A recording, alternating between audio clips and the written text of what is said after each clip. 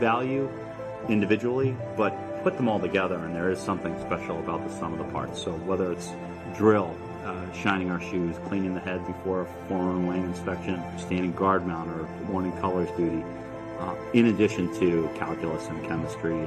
But you knew there was a training purpose behind all this attention to detail that we were doing. That level of bond with other human beings is special. And I know that I could pick up the phone and call other classmates to say, hey, I need you right now. They'd drop what they were doing. They would be there for me just like I'd be there for them. So there's something special about the academy and the process that brings people together. You become a family. Every aspect of this place pushes you one way or another. Being from this place is such an achievement. Being an officer in the Coast Guard is really that amazing. It's really that incredible to be part of that and have that influence on the people you're helping and the people that are working for you. And you don't really discover who you are until you kind of get put into that crucible of getting thrown into the thick of things. And if you allow yourself to just take an easier route, you're going to regret finding out who you really are. If you can make it through the academy, you're going to discover so much about yourself. The day I left for the academy was the most emotional day of my life. I got into the car and drove away and looked out the back windshield and waved and cried, saying goodbye to the people I've been with my whole life. But if at that moment I had only known that when I got to the academy I was going to have a whole new family that I love so much, and they're basically a home away from home, I probably wouldn't have been as sad on the day that I left home.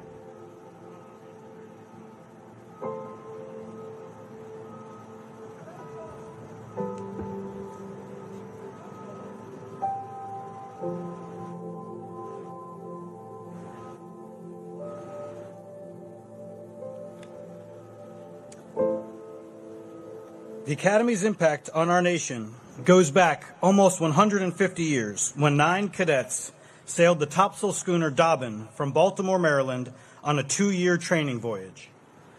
Other significant moments and places in Coast Guard Academy history include the historic Revolutionary War Army installation, Fort Trumbull, just about 2 miles south of us down the river, which was turned over to the Revenue Cutter Service in 1910.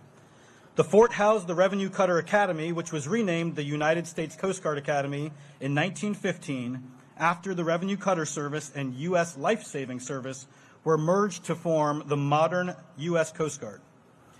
In 1926, the Academy selected a black bear as its mascot, and soon after, a live bear cub named OBJ, short for Objectionable Presence, arrived on campus.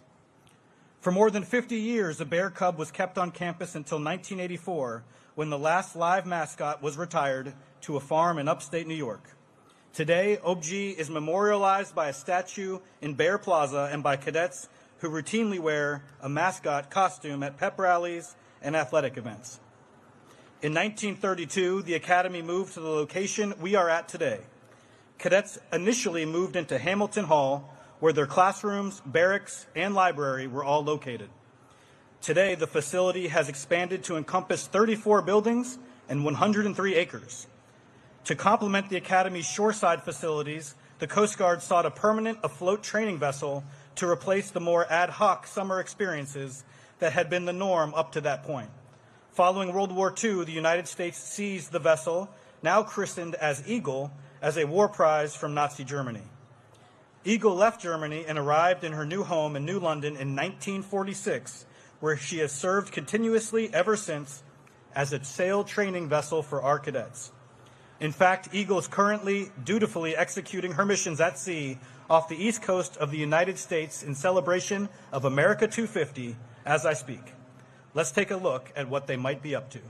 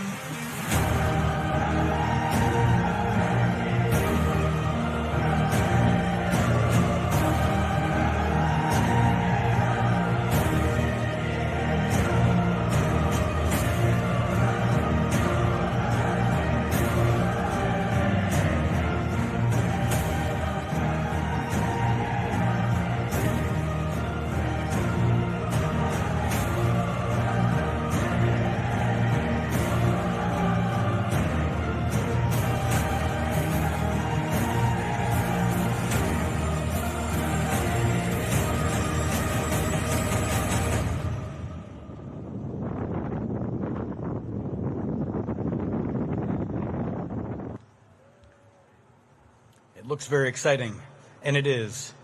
Ladies and gentlemen, I want to make another announcement about the heat and the water and your ability to go into Ballard Hall.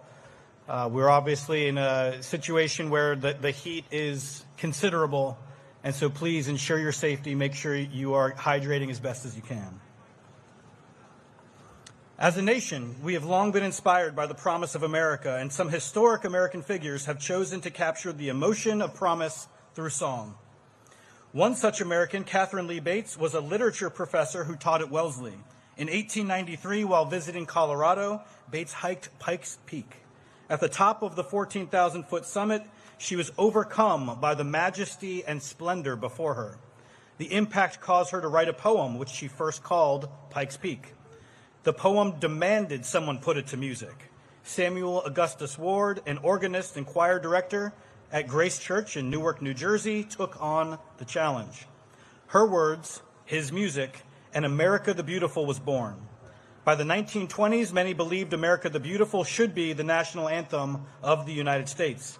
However, as you likely know, in 1931, Congress officially gave that honor to the Star-Spangled Banner.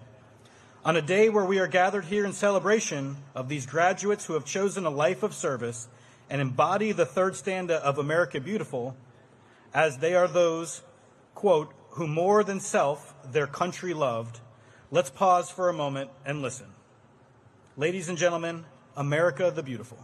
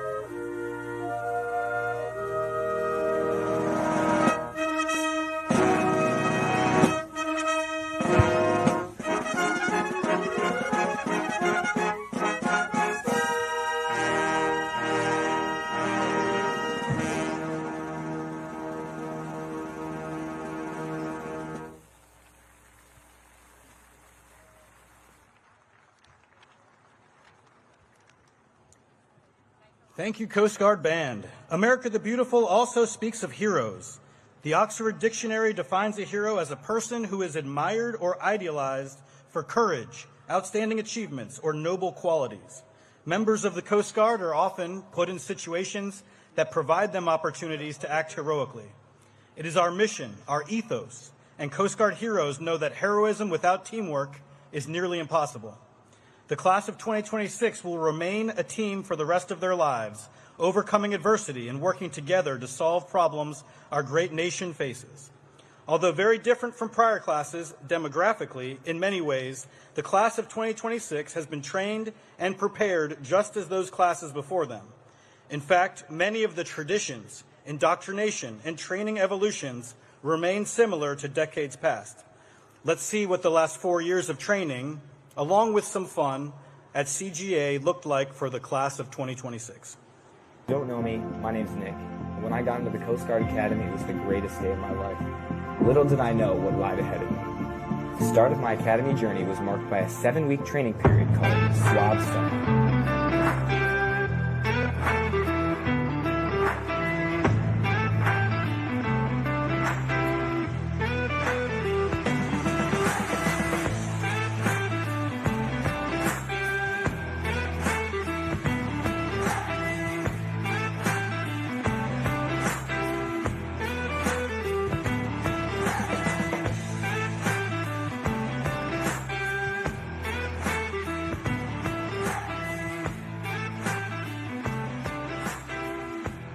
But after those long 7 weeks had ended, I picked up a camera and decided I wanted to show the world what the year ahead of me had to offer. So let me take you along for the ride.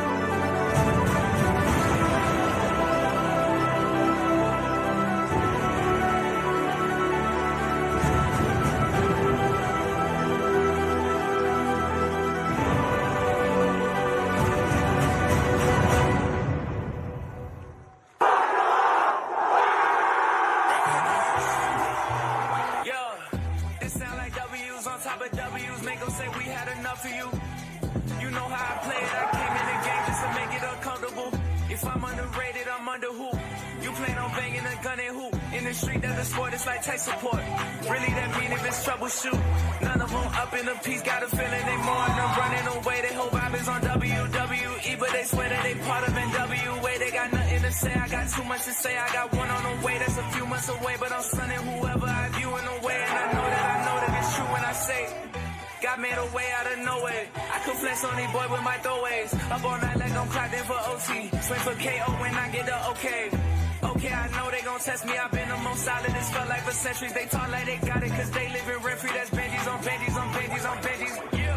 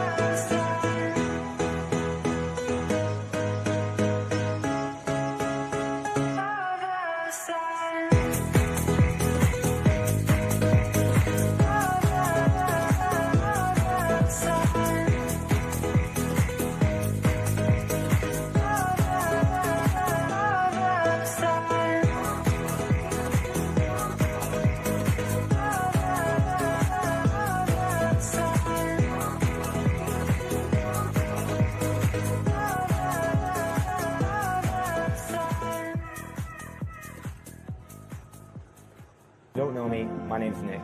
When I got into the Coast Guard Academy, it was the greatest day of my life. Little did I know what lied ahead of me. The start of my academy journey was marked by a 7-week training period called SWAT. At the end of that video, we saw first-class cadets on billet night, that wonderful and exciting night where the graduating class finds out where their first assignment is and what they will be doing as officers. Will they go to flight school in Pensacola or a fast response cutter in Guam, a buoy tender in Alaska, a marine inspection billet in New Orleans, or a national security cutter in Charleston? So many possibilities, all filled with challenges and opportunities to lead, learn, and grow. The men and women who have served together in the Coast Guard have unbreakable bonds forged through shared experience. This bond was evident this past year as the Coast Guard was impacted by a federal lapse in appropriations, including the longest shutdown of the Department of Homeland Security. The Coast Guard and Academy community owe a heartfelt thank you to organizations that stepped up to ease the financial strain placed on military and civilian members of the Coast Guard during this period of hardship. One such organization, Coast Guard Mutual Assistance, is headed by an Academy Class of 2003 alum, Commander Retired Brooke Millard. During the past fiscal year, CGMA provided over $3.6 million in assistance to Coast Guard civilian employees, assisting over 1,400 of our colleagues, while also providing $100,000 in grants for Coast Guard Child Development Centers and Coast Guard firefighters supporting base operations. Other thank yous go to the Coast Guard Foundation and the Alumni Association for their continued support.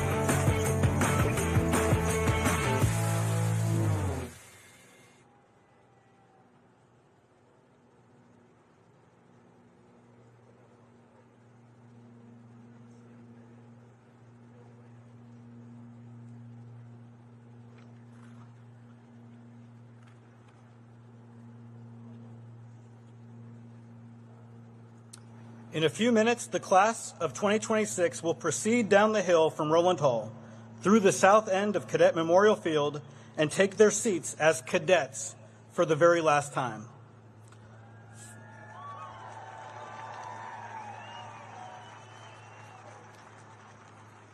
Following the cadets will be the faculty, officers in their whites, and civilians decked out in their regalia or business attire. Civilian academic regalia denotes many things, including the type of degree the wearer holds and the institution that granted their degree. The faculty will be led onto the field by Dr. Karen Wink, who will be carrying the Academy mace. During the Middle Ages, the wood mace, clad in metal, was an effective weapon in battle.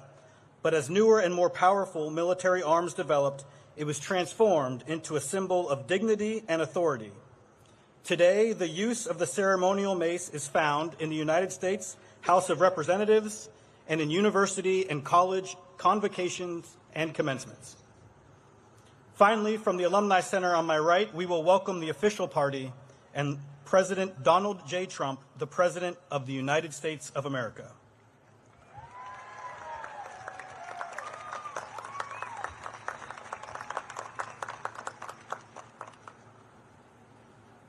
As a reminder, following commencement, you are welcome to meet your ensigns at your pre-arranged location. Access to the field will be off limits shortly after the ceremony concludes. You are welcome to walk around campus and take as many pictures as you would like. I personally suggest Bear Plaza or Crown Park for those premier photo opportunities. I also need to properly train you on something you will likely hear from stage once the commencement begins. You might hear "Go Coast Guard," in which the proper response would be "Go Bears." So let's practice one time. Go Coast Guard.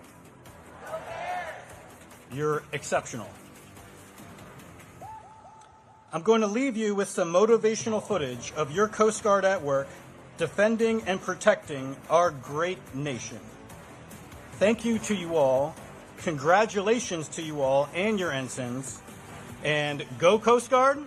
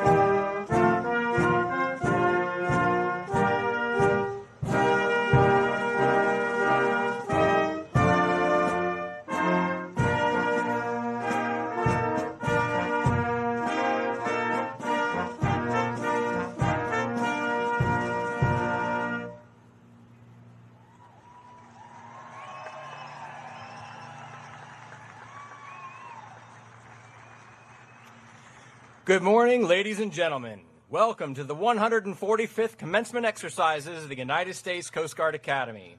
I am Master Chief Evan Birch, the Command Master Chief of the Coast Guard Academy. Please rise for the arrival of the Superintendent and remain standing for the National Anthem.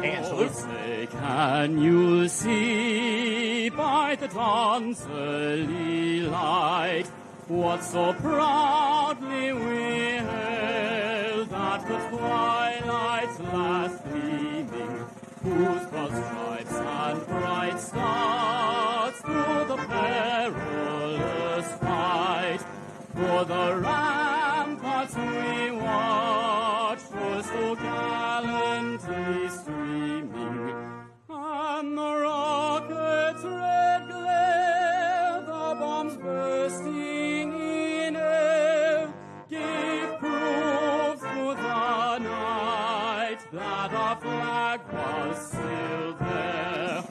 Oh, say does that star-spangled banner yet wave for the land of the free and the home of the brave? Ready, two. At this time, I invite Dr. Karen Wink to the podium. As mace bearer, Dr. Wink is among the most senior members of the faculty and personifies the ideal of learning at the Coast Guard Academy.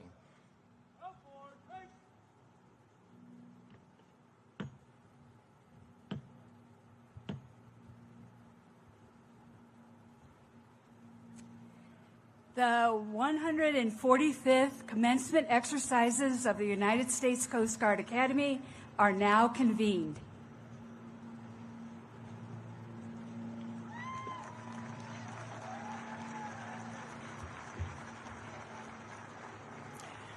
Captain Sonny Mitchell, Chaplain, United States Coast Guard Academy, will now deliver the invocation. Let us pray. Eternal Father, strong to save, we give you thanks and praise today as we announce to the world that the Coast Guard Academy class of 2026 is now officially Semper Paratus.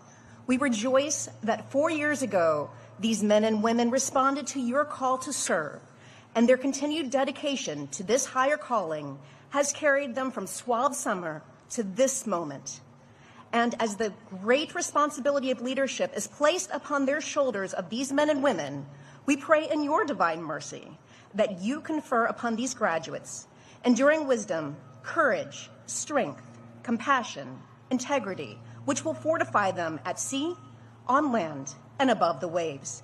May your grace and mercy continue to empower these young leaders as they move to take their place among the rich traditions that they will inherit.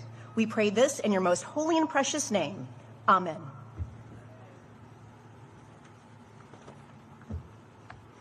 Thank you, Chaplain. Ladies and gentlemen, please be seated. Platform party and presenters of commissions, please join the class of 2026 and uncover. All other military personnel, please remain covered throughout the ceremony. I now have the pleasure of introducing the 44th Superintendent of the United States Coast Guard Academy, Rear Admiral Greg Rothrock.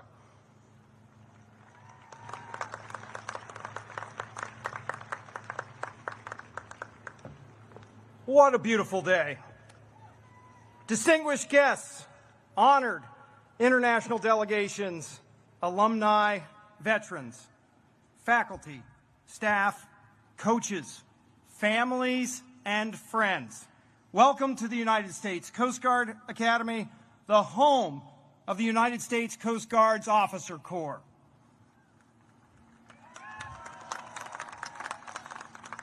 To the great class of 2026, congratulations, you did it.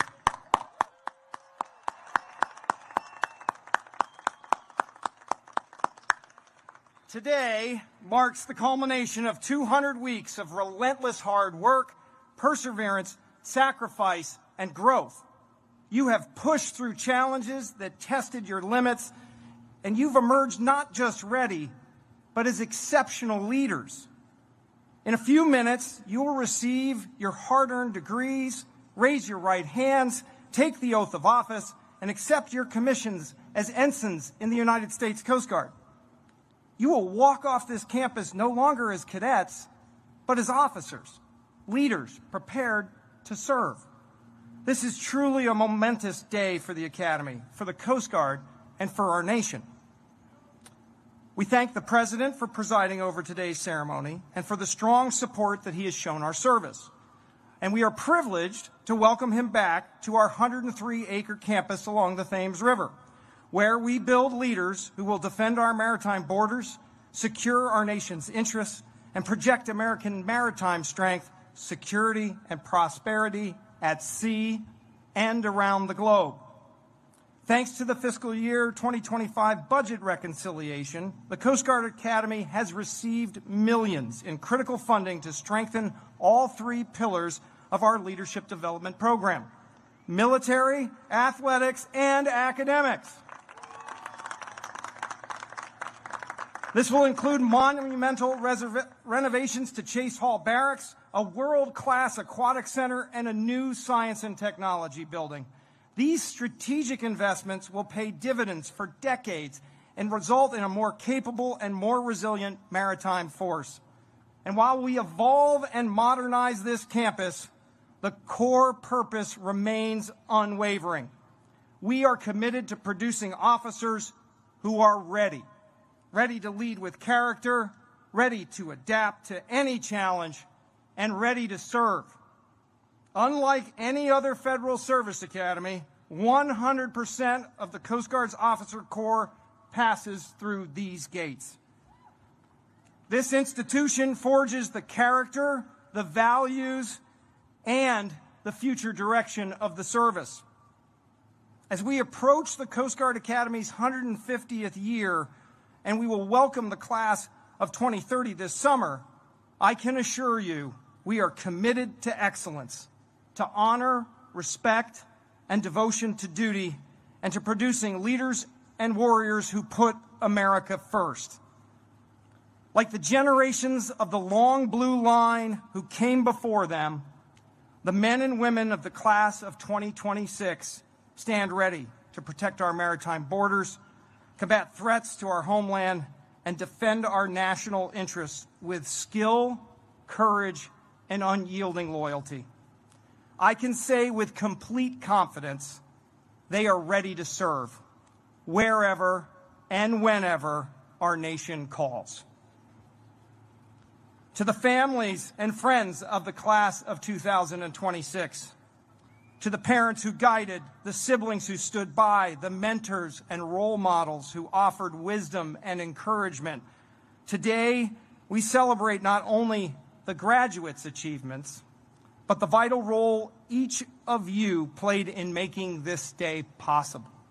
Take great pride in what they have accomplished and in the extraordinary service that lies ahead.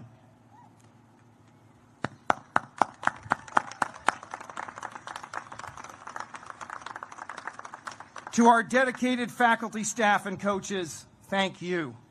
You have instilled in these graduates the timeless values of the Coast Guard and have challenged them each to become their very best. Class of 2026, if you could please join me in a round of applause for your family, friends, mentors, and the entire Academy Leadership Development team. It'd be great if we could stand for that.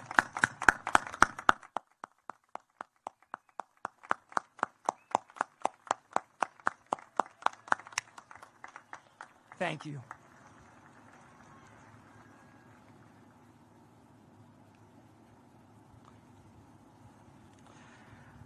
So now to the great class of 2026. Over the past 4 years, you earned qualifications. You built lasting relationships. You mentored your divisions. You led on the fields of competition. You brought home championships. You set high standards, and you delivered academic excellence. As first-class cadets, you guided the Corps with maturity and purpose. Today is not the end. It is the proud beginning of your service as commissioned officers in the Coast Guard. Congratulations to each of you.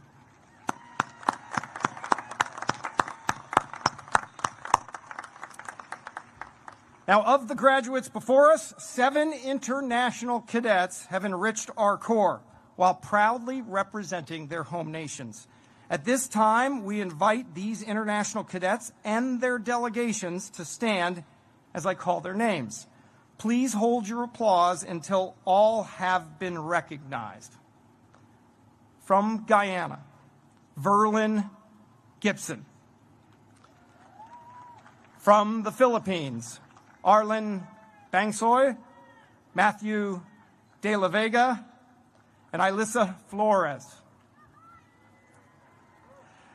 From Honduras, Carlos Zavala. From Taiwan, Song Kai-seng. From Vietnam, Nan Ta. Please join me in a heartfelt round of applause.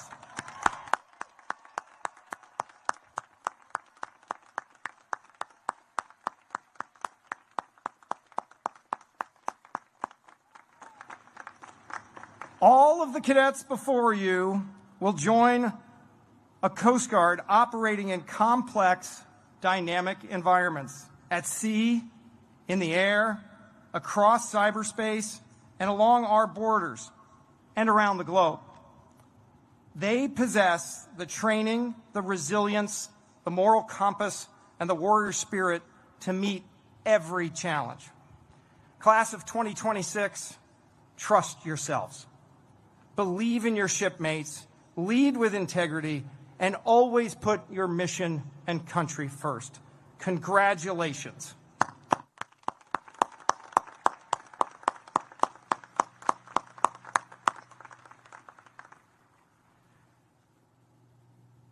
To all of our cadets, you will always have a home here on this campus. We cannot wait to see the great things you will accomplish in all of your years of service ahead. And so, as the announcer said you might hear earlier, here we say, go Coast Guard! I'll do that one more time. Go Coast Guard! It is now my privilege to introduce this year's distinguished graduate. The distinguished graduate is the cadet who has achieved the highest military precedence average across academics, military performance, and the physical fitness program over their entire 200-week program. This year's distinguished graduate is Cadet First Class Matthew Lanzalata.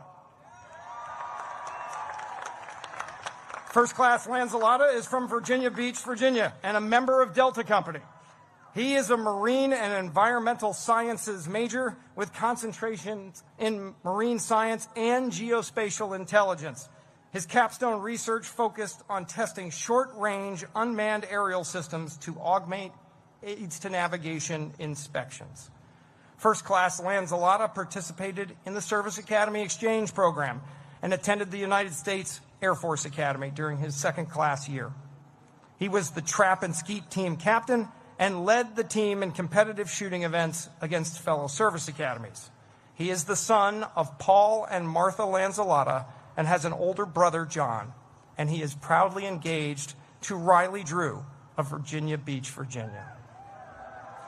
Upon graduation, First Class Lanzalotta will depart to Pensacola, Florida, and report to basic flight training. And it is my great honor to introduce the distinguished graduate of the United States Coast Guard Academy, class of 2026, Cadet First Class Lanzalotta.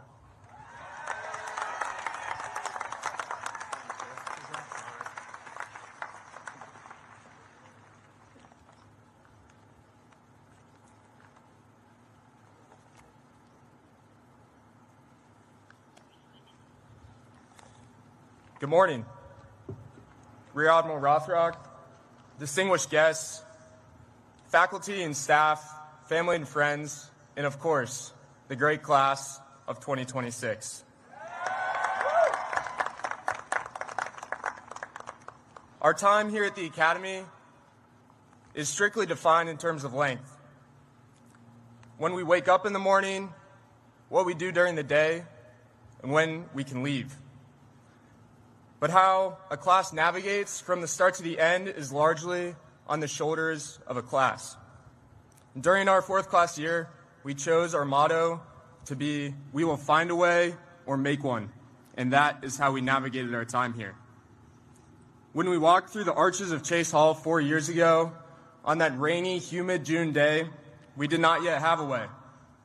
We chose the motto because the words were aspirational, and over the next 4 years, our relentless optimism and our consistent drive enabled us to grow into the class that the motto challenged us to be. We followed the paths set before us and made new ones for those who will come after us. Some paths are well worn. The classes before us have endured and overcome challenges of their own, and we've heard all about those challenges from those classes, especially some of the older classes, and they've told us how they're the last real class because of the challenges they've endured and the things they've done.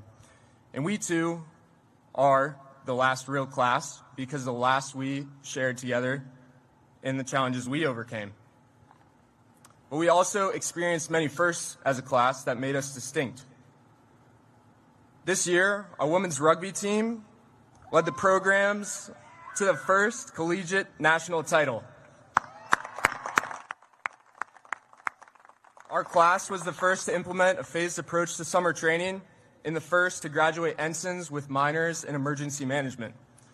We pioneered new career pipelines into physician assistant school, into deployable special forces directly from the Academy, first to ever do it. We found ways through challenges that tested our resolve but never did it alone.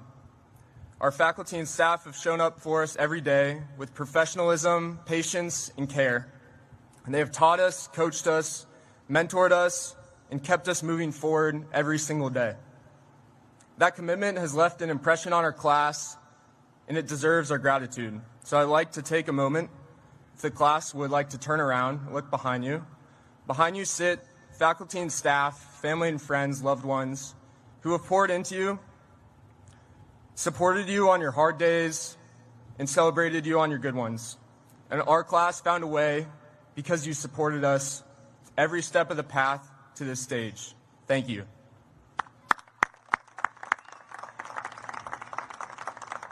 Our time here is made up of many moments. Some feel big and extraordinary, and some feel much smaller and very ordinary. And we face those moments with hopefulness and a drive to overcome the challenges around them. The big moments we will always remember: our last push-up on the parade field after swab summer, receiving our class rings at ring dance, school dances, billet night, where we cheered so loud it was difficult to hear Captain Ensley announce the next billet. Those moments were moments of momentum. And as I learned in physics class, once an object is in motion, it's difficult to stop. In our class, the class of 2026, is difficult to stop. There were also many smaller moments that carried us here.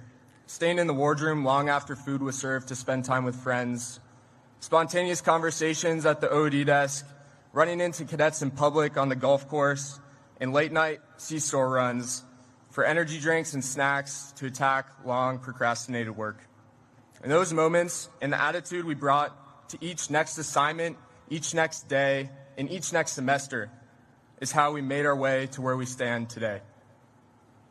Soon, we will all report to units where we will have much to learn.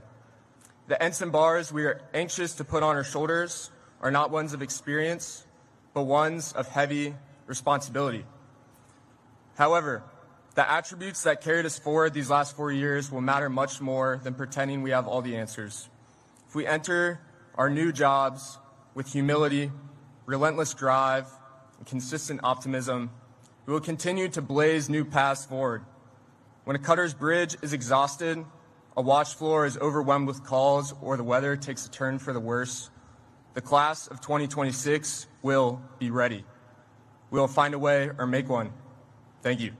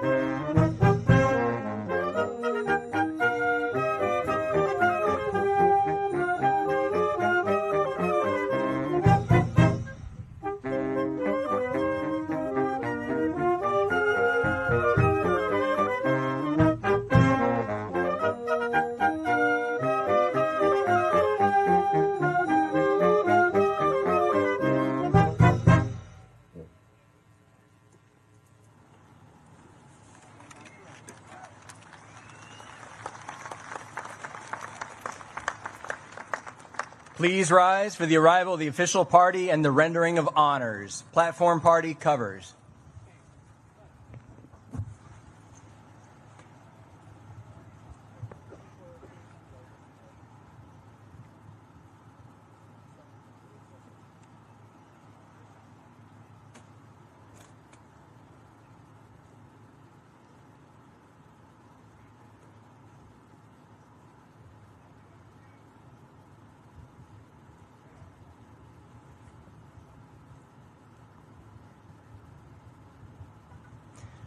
Now, Coast Guard arriving.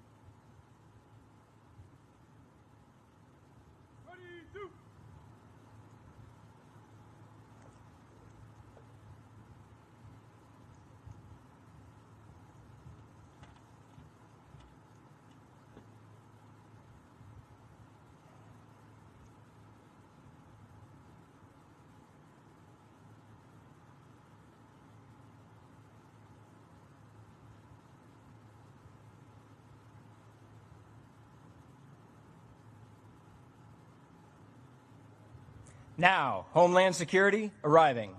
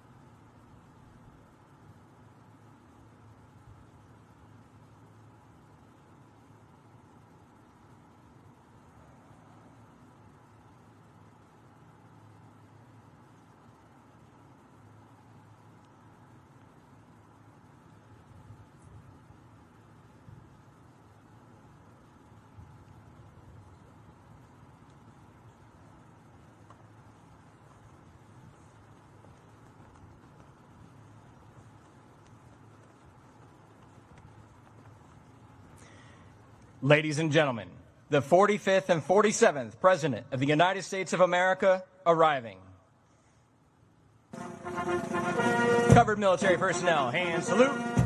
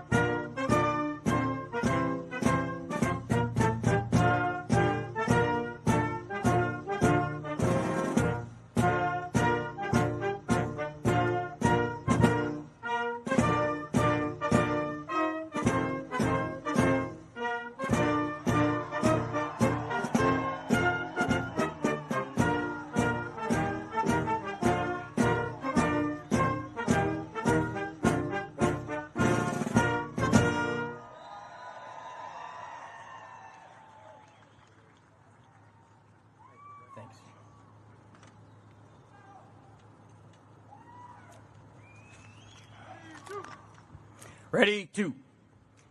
Ladies and gentlemen, please take your seats.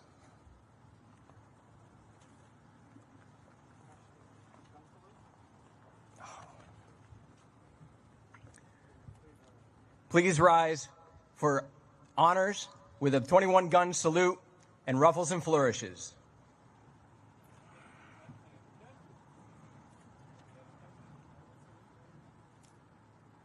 Hand salute.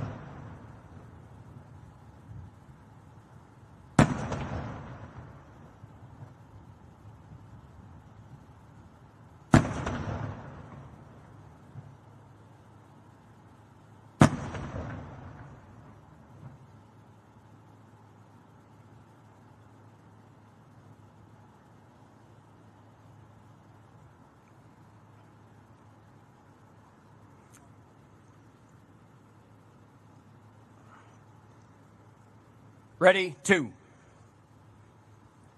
Ladies and gentlemen, please take your seats. Welcome to the Coast Guard Academy. Welcome back.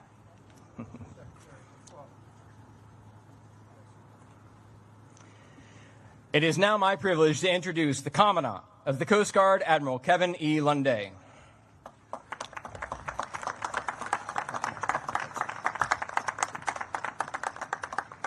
Good morning. Linda Lee and I are honored to be here today.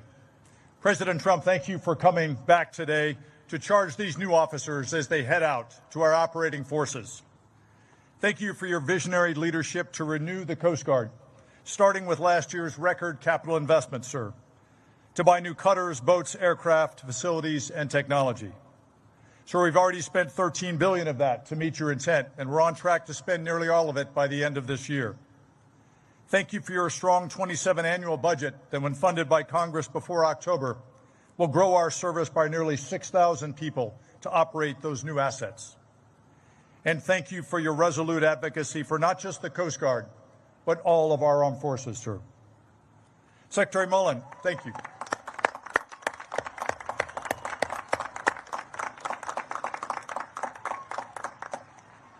Secretary Mullen, thank you for your leadership and support of our Coast Guard men and women and their families.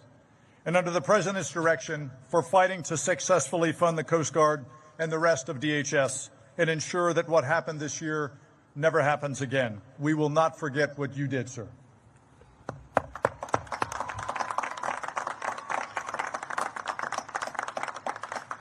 To the superintendent, faculty, and staff, thank you for forging these men and women into leaders of character who are ready for the call. To the parents, families, and friends, you laid the firm foundation of character and values for these graduates. Their success reflects your enduring love and support. Thank you.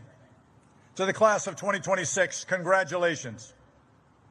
4 years ago, you arrived as individuals, Americans drawn from across our great United States, including our U.S. territories in Puerto Rico, the Virgin Islands, Guam, Northern Mariana Islands, and American Samoa. You were joined here by international students from allied and partner nations. Today, as you march out, you do so as a unified team, forged in the crucible and bound together by a shared calling to serve with honor, respect, and devotion to duty. You will serve at a time of historic consequence. The maritime domain is more complex, contested, and more vital to American security and prosperity than ever before. And today, the Coast Guard is in greater demand, and we are delivering proven value and results to the American people. We save lives. We secure and defend our homeland and its maritime approaches, from the borders of the mainland U.S. throughout the Caribbean and the Western Hemisphere, to Alaska and the Arctic, to Hawaii and the 3 territories in the Pacific and in cyberspace. We facilitate commerce through our ports, waterways, and shipping, vital to America's economic prosperity and to rebuilding the nation's maritime might. And we respond to crisis. At the same time, our service is implementing the President's vision to renew the Coast Guard through force design, a generational transformation that's building a new fleet of assets and bringing in the additional men and women who will operate them. Our people are our greatest treasure. And as we build the most advanced ships in the world, they are nothing without their crews and the leaders of character to command them. You are those leaders. You'll soon report to your first units to lead across our operating forces aboard cutters, at sectors, in deployable specialized forces teams, and at Coast Guard Cyber Command. First, though, you will take the oath to support and defend the Constitution that accompanies your military commission. The commission is more than words. It is a direct grant of constitutional authority from our President and Commander-in-Chief to you, and it represents a sacred trust with the American people. As commissioned officers in the profession of arms, you must lead as if your lives depend on it. For certain, the lives of the men and women you lead, their lives will depend on it. And the lives of the American people we serve will depend on it. The Academy has prepared generations of officers, and you have spent 4 years preparing for this moment. And I know you are ready. I am incredibly proud to serve as your Commandant. Looking to the horizon, I have certain hope for the future. For there's one thing our distinguished service history proves. With a ready Coast Guard crew and the strong support of the American people, there is nothing we can't accomplish. Semper Paratus.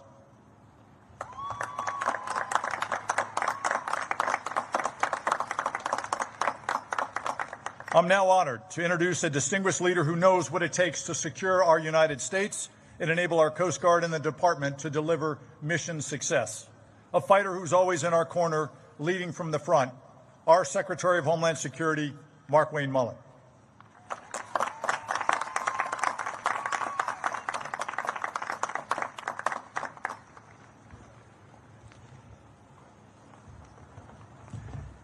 Thank you, Admiral Lundy, and thank you, Mr. President, for allowing me such an honor to serve in your cabinet at such a historic time. As Secretary of Homeland, it's a very humbling position I find myself in, and I play no games about who is my favorite out of the 22 components. I understand the Coast Guard, you're our first line of defense to protecting the homeland. And our President, our Commander-in-Chief, he believes in peace through strength. But he also understands that not everybody believes in peace, and some people only respect strength. And because of the great men and women who sit in front of me today, you give our Commander-in-Chief the options. Because you're the 1%ers. You're the 1% that will stand up and you defend our freedoms, you defend our Constitution, you defend our homeland, you defend our nation. And our Commander-in-Chief loves you for that.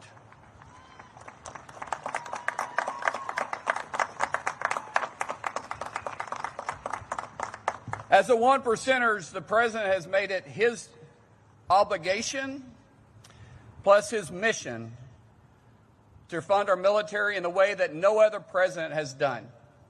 He's invested millions, in the tunes of $25 billion, actually, to fund the Coast Guard, to bring the Coast Guard back to mission capable, to not just fit today's missions, but to focus on tomorrow's missions as well. As I stated before, you're the front line protecting our shores. You protect our inland waterways. You're the law enforcement of the water. And our president realizes that. Your commander-in-chief, this isn't his first time to come and speak at this podium. In fact, this is his second time to come speak at this podium.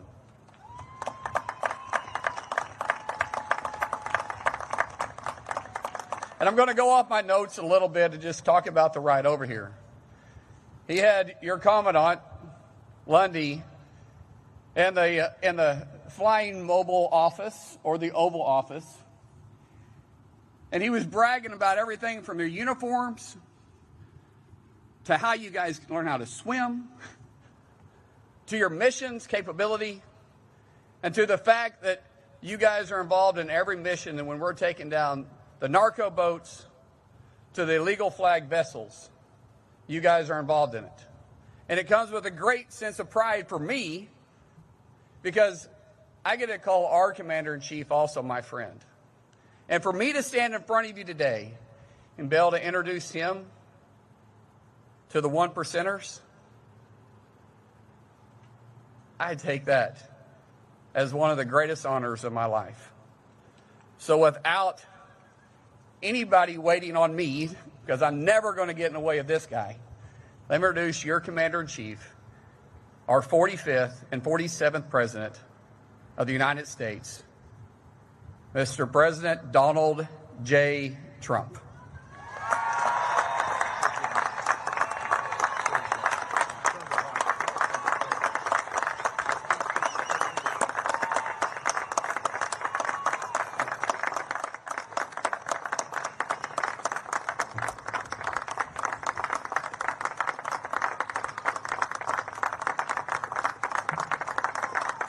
Thank you very much.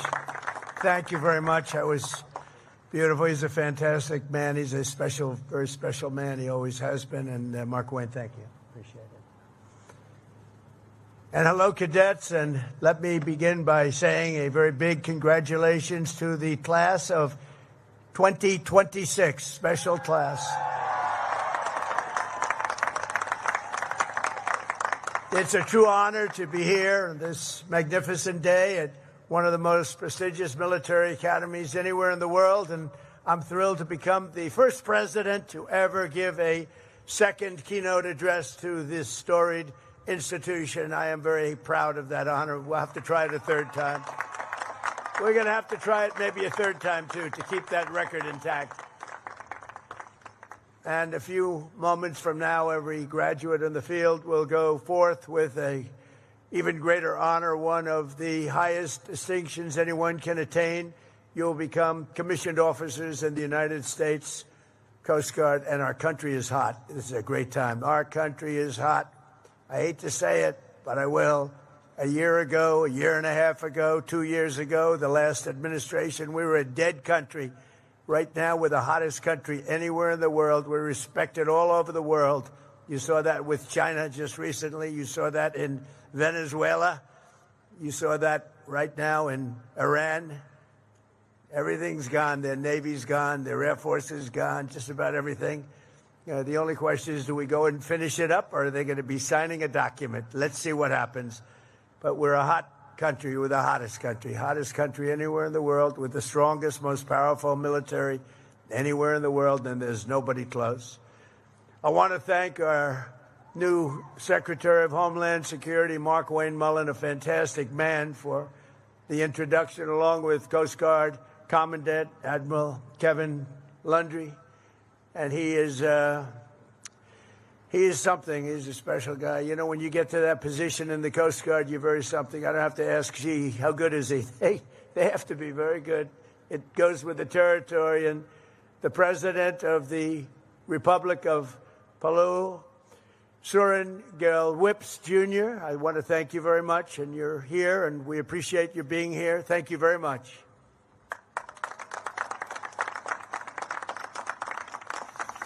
Over the past 4 years, this class has been mentioned by an exceptional team of professors and coaches and military professionals who have shaped you into leaders. You came with very good quality, but they've shaped you nevertheless.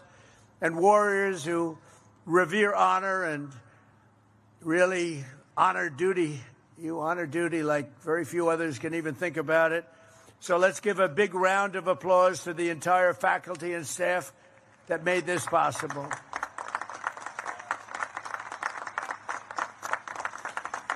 And I especially want to thank Academy Superintendent Rear Admiral Greg Rothrock. Come on, get up here, Greg. Come here, Greg. He does a hell of a job. You don't want to mess with him. Don't mess around with him. Thank you very much, Greg. Fantastic. Also, your Assistant Superintendent, Captain Jess Razioks. Where is he? Where? Nice. Very nice. Thank you. Commandant of Cadets, Captain Aaron Casavant. Hi, Aaron. How are you, Aaron? Command Master Chief Evan Birch. Evan, where are you, Evan? Good job up here, Evan. It's never easy, Evan, up here, right? You feel more comfortable in the water. And class advisor, Christy Rose. Christy. Thank you, Christy. And of course, where would you be without the wonderful friends and family in the stands? And there are a lot of them here who loved and supported you, and they were with you every single step of the way, and they do love you. They do love you. Sometimes they're not forthcoming with that statement. They're up there. Half of them are crying. Look, their boy, their girl, right? Their boy or their girl. They call him girl, by the way, and they call him boy. And in 30 years, they'll be calling you boy and girl, too. They love you. Your parents and your family, please.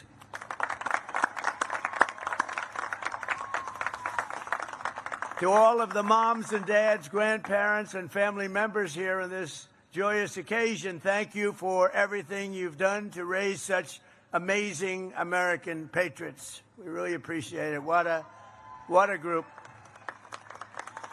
And today is all about the incredible class of 2026 that you've achieved and all of the things that you've achieved and the exciting future that awaits. You have an amazing future.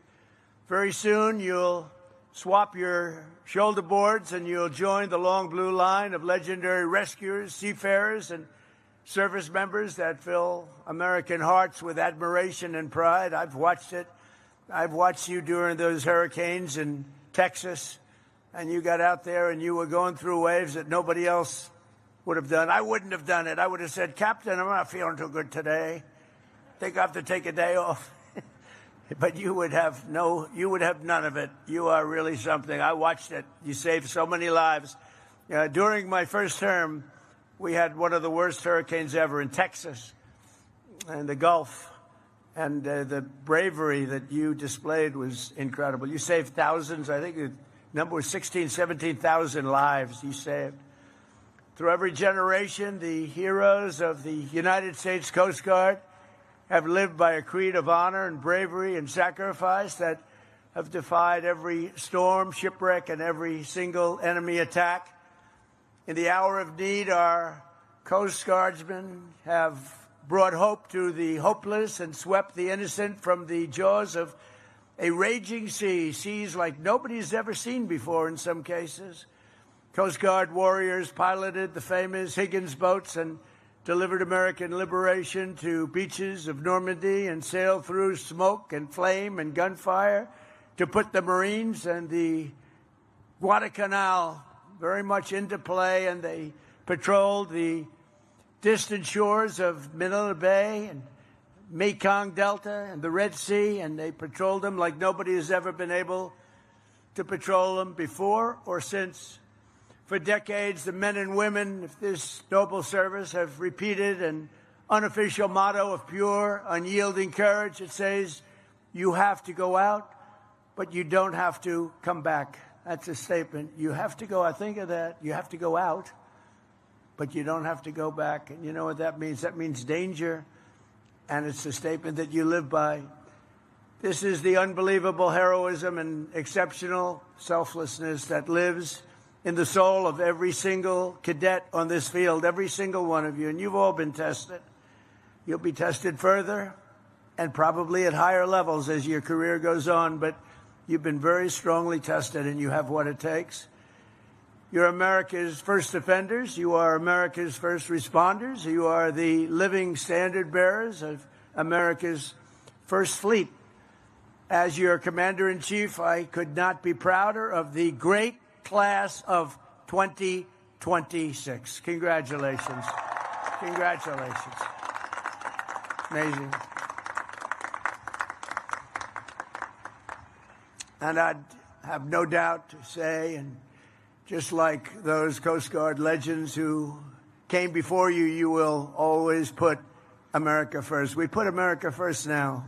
We haven't done that for a long time, but we do that under the Trump administration, I will tell you. And the whole world is saying, well, America's first, and they put America first. And we help others too, but we put America first. 4 years ago, most of the cadets here today could have gone to almost any school that you wanted. It's so hard to get into the Coast Guard. I had so many people, sir, could you get my son? He wants to go to the Coast Guard Academy. And I look at the son, I say, he's not going to make it. Terrible. I lost a lot of friends. But every once in a while, I'll call up with somebody outstanding, and they'll generally take care. If they don't take care, they're fired. So, you know, they have no choice. But you really have outstanding people coming in. But you chose New London. You chose Cape May. You chose Kodiak Island. You chose the great service of God and country and the U.S. Coast Guard, and it was the best decision of your lives. One of the great decisions. You will say it. It's hard to say it now, but you will say it as time goes by. This will be the best decision of your life. Where you decided to learn, go to school in this incredible, beautiful place. You came as strangers and American teenagers. You leave as officers, American warriors, and friends forever. You're always going to be friends with each other, hopefully with me. Today, this field is full of some of the smartest minds, the toughest athletes, and the most tenacious leaders our nation has to offer. It really is. It is very hard to get into this particular place. It is very, very hard. It is a lot of broken hearts. People don't do it. Good people, smart people, they can't quite make it. Many of you have excelled academically, but 49 cadets have studied longer and harder than anyone else. The very accomplished Coast Guard Academy scholars. Would you please stand? These are the really brilliant people. You're all brilliant, but these are perhaps slightly more brilliant.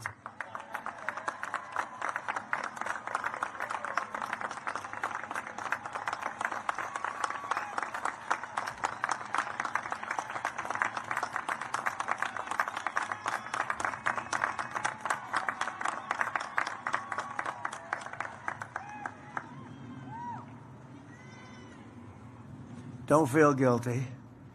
Don't feel guilty. Never feel guilty about success, right? But I think it's great. And at the top of your class with the highest score in both military and academic achievements is distinguished graduate Matthew Lanzillotta. Where is he? Where is he? Come here. Get up here. Come on. Come on, get up. Get up here. I want to see this guy.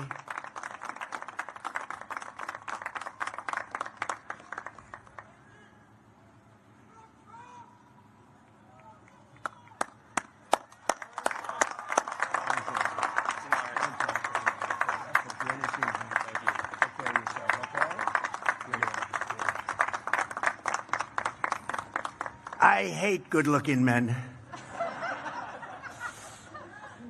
Very good. Matthew, that's great. Thank you very much. It's a great honor. We also have the only cadet who earned a perfect score on every single fitness test. Now we're talking fitness. Do you know who this is already? Wow, this guy must be something. I think we'll have to invite him up. I want to check it out.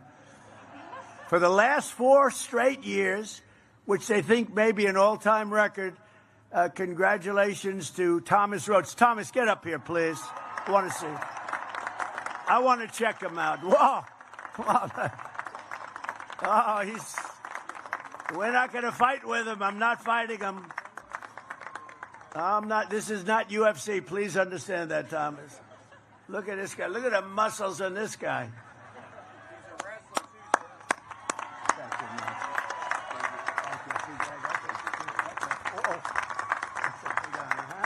Thank you very much. Just hit him on the shoulder. I hurt my hand. It's like hitting a rock. That's great. Thomas, that's fantastic. Another member of this class is making history as well today. Mike Kaddish becomes the first Coast Guard Academy graduate to ever go straight from the Corps of Cadets into the Coast Guard Special Forces. So what was that all about? Come on up here. Come on. Let's go. Come on up here, Mike. I want to see what these guys... I like to see, what these guys are like. Because, it's competition for me, too. I have to compete with you now. I'm not liking that. How are you? Fantastic. Wow, that's a big achievement.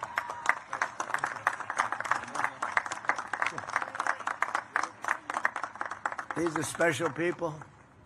Thank you very much, Michael. For the past 4 years, you've been led by your brilliant class president, Savannah Riera. Where is she? There's Savannah. Where are you, Savannah? Where are you, Savannah? Where's Savannah? To your left, sir. Savannah, come on up here. I have to. If I didn't invite her up, they'd accuse me of discrimination. That would not be. I'd be, ladies and gentlemen, the president got sued today. Savannah, come on up. I have to get her up here, and she looks so fantastic. This is ridiculous. Nothing like having a little fun. Do you agree? This is your big day. We got to get Savannah up here. Congratulations.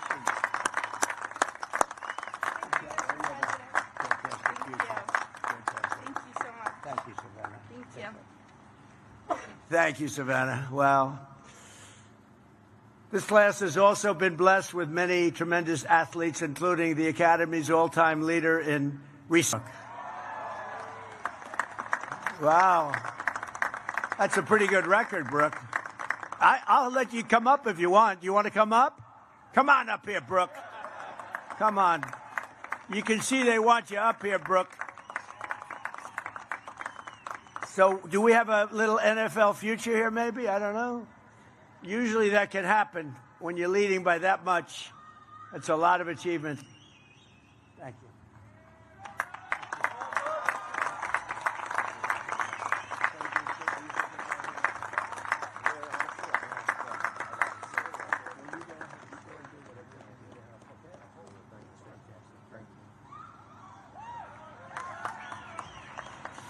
We've made it possible. I did this. We made it possible for people like Brooke that really have a great ability at sport, and in some cases will be drafted by the NFL or have a chance of getting into the NFL or baseball or basketball or whatever it might be. The problem is they had to serve, as you know. They had to serve 5 years, and that's not exactly conducive to being drafted very high if you had to go away. So I made a decision in my first term, and we adhere to it very strongly, that when somebody has the ability to go into Coast Guard or West Point, Annapolis, Air Force, any of them, if you have a student with extreme ability that gets drafted and can play in professional football, we allow you to go immediately, and you serve your time in the Coast Guard or whatever after your professional career is over. And it has made such a difference. It's also made a big difference in recruiting. That's why your teams are better today than they used to be. So I make these little contributions. I don't know if people know I made those contributions, but so Brooke, I want 25% of everything you earn. Thank you, Brooke. I appreciate it. So it's a little bit of a help, but it actually what we didn't expect, it made your recruiting much better because you're able to now recruit the top people that really have a chance of getting into professional sports. And one of the reasons you have such good teams. We also have your all-time leader in points in the assist for women lacrosse, Abby McAllister. Abby,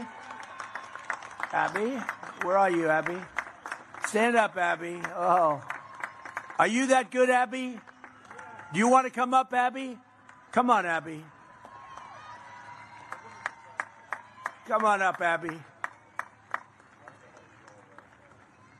See, we throw them a little off on timing when I do this, but what the hell? We have time, right? This is your day. And when somebody achieves with these people, we should give them a little extra recognition, right? That's a tough sport, Abby. I don't know. I'm not going to mess with you. That's great. That's a big record.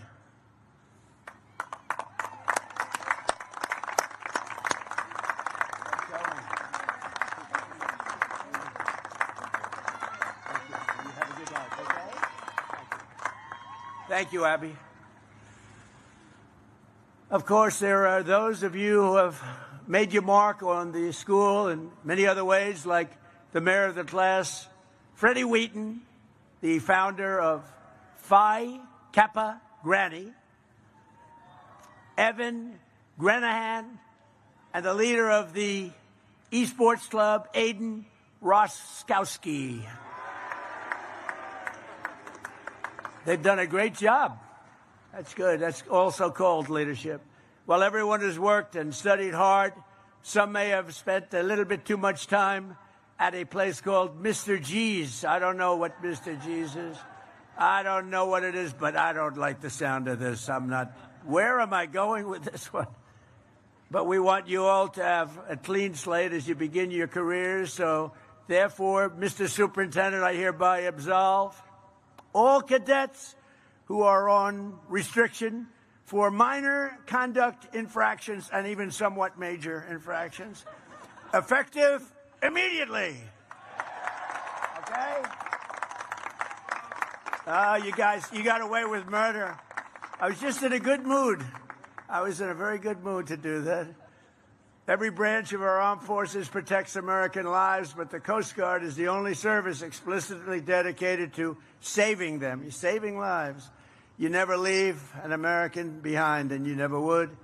In the past year, our Coast Guard heroes have saved over 5,200 lives at least and helped carry out and carry over 19,000 people to safety. Amazing. One of the special cadets in this class has already saved his first life during his first-class summer, providing life-saving care to the person in distress off the coast of Alaska. Job well done. That's Mason White. Mason, thank you. Stand up, please. Thank you. Thank you, Mason. Great job. That was early on, right? And that was a great job. Thank you very much. When you leave here today, every cadet on the field will be stepping into a critical role in the defense of our country to protect our maritime infrastructure. 12 of you will be going to Coast Guard Cyber Command. That's a big deal. 20 are heading to Coast Guard Flight School. 23 will join Prevention and Response, and a whopping 181 cadets will become afloat officers in a fleet. Because, as you like to say, underway is the only way, and that's a pretty cool statement. And, you know, I don't know if you know this, but I was telling your leaders before that we have 11, you know, we're way down on icebreakers, and we've ordered 11. We're working with Finland. They make icebreakers. They make the best icebreakers. We're going to learn everything we can learn. We're going to shortly make them ourselves. But we're making, right now, currently under construction, we have 11 beautiful. And I said, come on, when's the first one coming? They said, in 28. I said, I'm going to be here in 28. Maybe I'll be here in 32, too. I don't know. Maybe I will. But I'm going to be here in 28. And I'll tell you, I said, that's great because I'm going to be there at the dedication. They have been trying to get icebreakers for years and years, and no president was able to provide them with what you need to get it done. And I want to thank the country of Finland because they are known to make the best icebreakers. And I thought going there for starters, you know, we tried making one, but it was too front heavy. It wouldn't have worked because an icebreaker has to come crashing down. And when the front weighs 4 times more than the back, bad things happen. So I realized we didn't know what the hell we were doing. I went to Finland and was with the president of Finland, and we worked out a deal. And we're making 11 total. Some of them are going to be made right here. We're going to learn the craft, and we're going to have so many icebreakers. You know, Russia has 48, and we have one very old one. It's ridiculous. And we have the whole Arctic. We have the whole region. And we're going to have a whole big fleet very shortly, and they're starting to come in a very quick fashion. After that, we're going to go way up higher. We'll have at least 55 within a short period of time, so that'll be great, and you're going to be operating them and running them, and it's probably another category. The class of 2026 is graduating at an incredible, exciting time for our nation and the Coast Guard in particular. As you enter the office corps of the greatest military in the history of the world, our national strength is back. Our morale is back. We are a confident country again. We have confidence is back. And above all, America is back, bigger and better and stronger than ever before. We have a strong, great, respected country again. We went off course. We went very sadly off course. For years, Washington, D.C. was run by foolish politicians who thought they could defy the laws of world history, violating every common sense principle, for preserving national power and national security. And they surrendered our industrial capacity to other countries, crippled our energy production, threw open our borders. We had borders with they were open borders, they called them. People came in totally unchecked and unvetted. You know how many people over 4 years in the last term? 25 million people. They came in as murderers. They were coming in from other countries. They came in from prisons. They were drug dealers. They came in from mental institutions and insane asylums. They allowed them to just flow into our country. We're getting them out. We've got a lot of them out. 11,888 murderers. Think of that. 50%, or more than 50%, committed more than one murder. They were allowed in our country. We can never forget the sins of what they did to our country. But we're getting them out. In fact, we've gotten them to the extent that we just had the best crime numbers in history. The best crime numbers, meaning the lowest crime numbers in history, were just last month released. Lowest number of murders since the year 1900, 125 years. So what they did to us is terrible, but we're getting it back into shape really properly. And now we went from the worst border in history to the strongest border we've ever had. In 11 months, not one illegal alien was able to get into our country. When you think of that, that's pretty amazing. And they can come in, but they have to come in legally. They have to come in through a process. They have to love our country. They have to show us that they can love our country, not that they want to blow up our country. I think that everybody agrees with that. Under this administration, we don't apologize for American power or wealth. What we do really is we want to maximize it. We take advantage of it. We unleash it. And we wield it to pursue our country's glorious destiny and our beautiful American dream. We have the American dream back.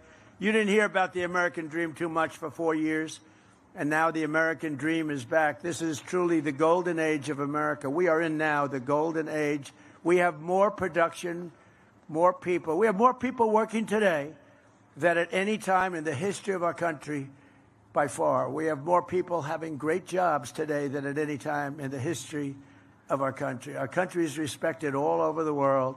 The men and women of the Coast Guard have a vital role to play in this resurgence. This is a great resurgence. We have $18 trillion being invested in the United States. That's many, many times more than ever before. In fact, you'd have to go back more than 10 years. Another country a long time ago had $3 trillion. We have $18 trillion. The last administration for 4 years had less than $1 trillion. We have $18 trillion being invested in our country in 11 months because the numbers for the 12th have not come up, so that's going to increase it yet further. So that's an honor. It's a great honor. To me, that's something special. We're building plants, auto plants, every kind of plant you can imagine all over the country. And they're coming in from Canada. They're leaving other countries. They stole our auto business. They stole our chip business. We'll have close to 50% of the chip business by the time I leave. And right now we have none, practically. And we'll have, it was taken by other places. It was taken by Taiwan. I'm not knocking them. I'm saying if they can get away with it. But if you had the right president, that would have never happened. It wouldn't have been allowed to have happened. You would have put tariffs on, and you say, that's okay, you can steal our business, but if you're going to sell, if you think you're selling those chips back into us with no tax, you can forget it. And if we did that, we wouldn't have lost those businesses, the autos, the chips, the semiconductors. All of that would be here, but it's all pouring back into our country right now because of the word tariff. As you know, one of my favorite words, I got into big trouble. I said, this is my favorite word in the dictionary, my favorite word, the word tariff. And the fake news, look at all of them back there. They said, what about God? What about wife, family? What about other things like Bible? So I was in deep trouble because I said tariff is my favorite. So I made it number 5, and now I'm okay. Now I'm okay. They think I'm kidding, but they gave me a hard time. But with your help, we're reasserting one of the most time-honored principles of our national security, that the American dominance in Western Hemisphere will not be threatened under any circumstance. As an example, we will not let Iran have a nuclear weapon. That's all. It's very simple. We will not let that happen. And we have great support. You wouldn't know that by reading the fake news, but we have great support. People don't want them to have a nuclear weapon, and they will not have a nuclear weapon, and they want to make a deal so badly. We'll see what happens, but we hit them very hard, but we may have to hit them even harder, but maybe not. But we're not going to let Iran have a nuclear weapon and blow up the entire Middle East, Israel, the entire Middle East, and then come here for you. Not going to happen. So just as no family can be truly secure in a violent neighborhood, we will not allow chaos, instability, or danger to fester in America's own backyard. We're not going to let it happen. One of the reasons we have Mark Wayne, and one of the reasons that I feel so good about things, he's a tough cookie. You know, he was a great fighter, too. A great fighter. He was a tough cookie and a very successful fighter. His sons are all-American fighters, so they have good genetics in that family. But Mark Wayne is a tough guy I always say he's a tough guy with a great heart. And that's a good combination.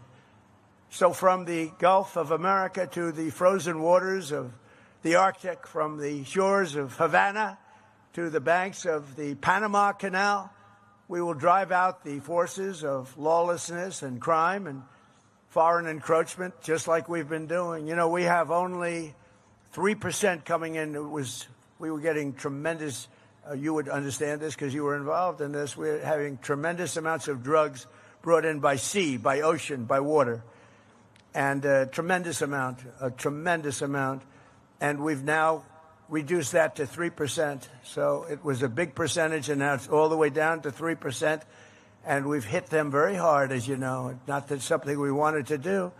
And we never miss. We hit them very hard.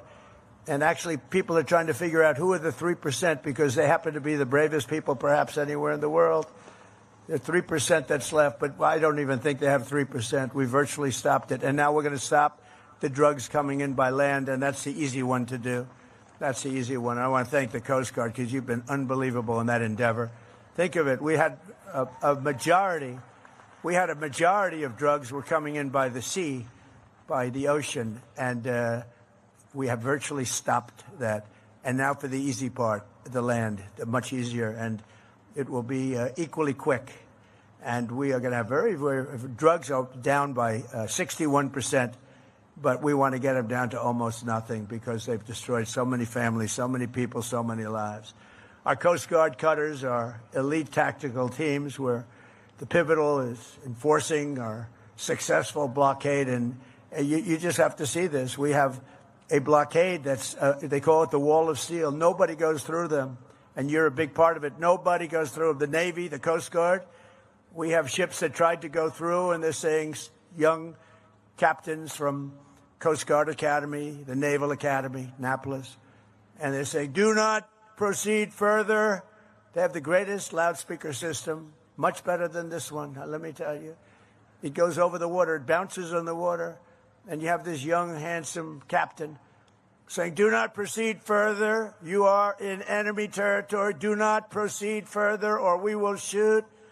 And you have a ship that's like 2 football fields long that carries 2 million barrels of oil. Think of that, 2 million barrels. And on occasion, they'll try and disobey. And last week you saw one shot, not a missile shot, a bullet, a very large bullet. A bullet from 4 miles hit the rudder of the ship, and the rudder of the ship fell into the ocean. It was a beautiful thing to see. It just fell in. I said, what the hell kind of a shot was that? And the man said, no, we are going back to Iran. See, now I say Iran. I don't use because he obviously has a correct pronunciation. We will go back to Iran. And it took, with a broken rudder, with the rudder that was laying at the bottom of the sea, it took 10 miles just to turn that ship back. But nobody violates it, nobody. And I was with, as you know, President Xi of China 2 days ago. We had a tremendous meeting, very successful meeting.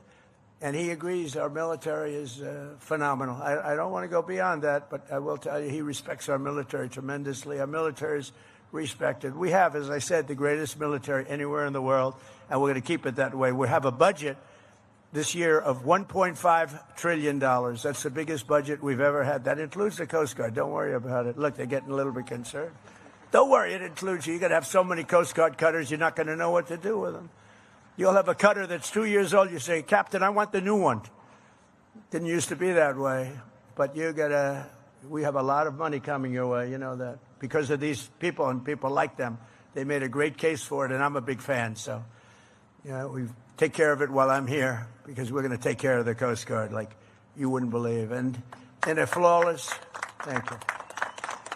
And in a flawless operation last January, supported by the Coast Guard, America's armed forces captured the outlaw Nicolas Maduro and brought him back to American justice. He's awaiting trial from Venezuela, an attack that took less than 1 day.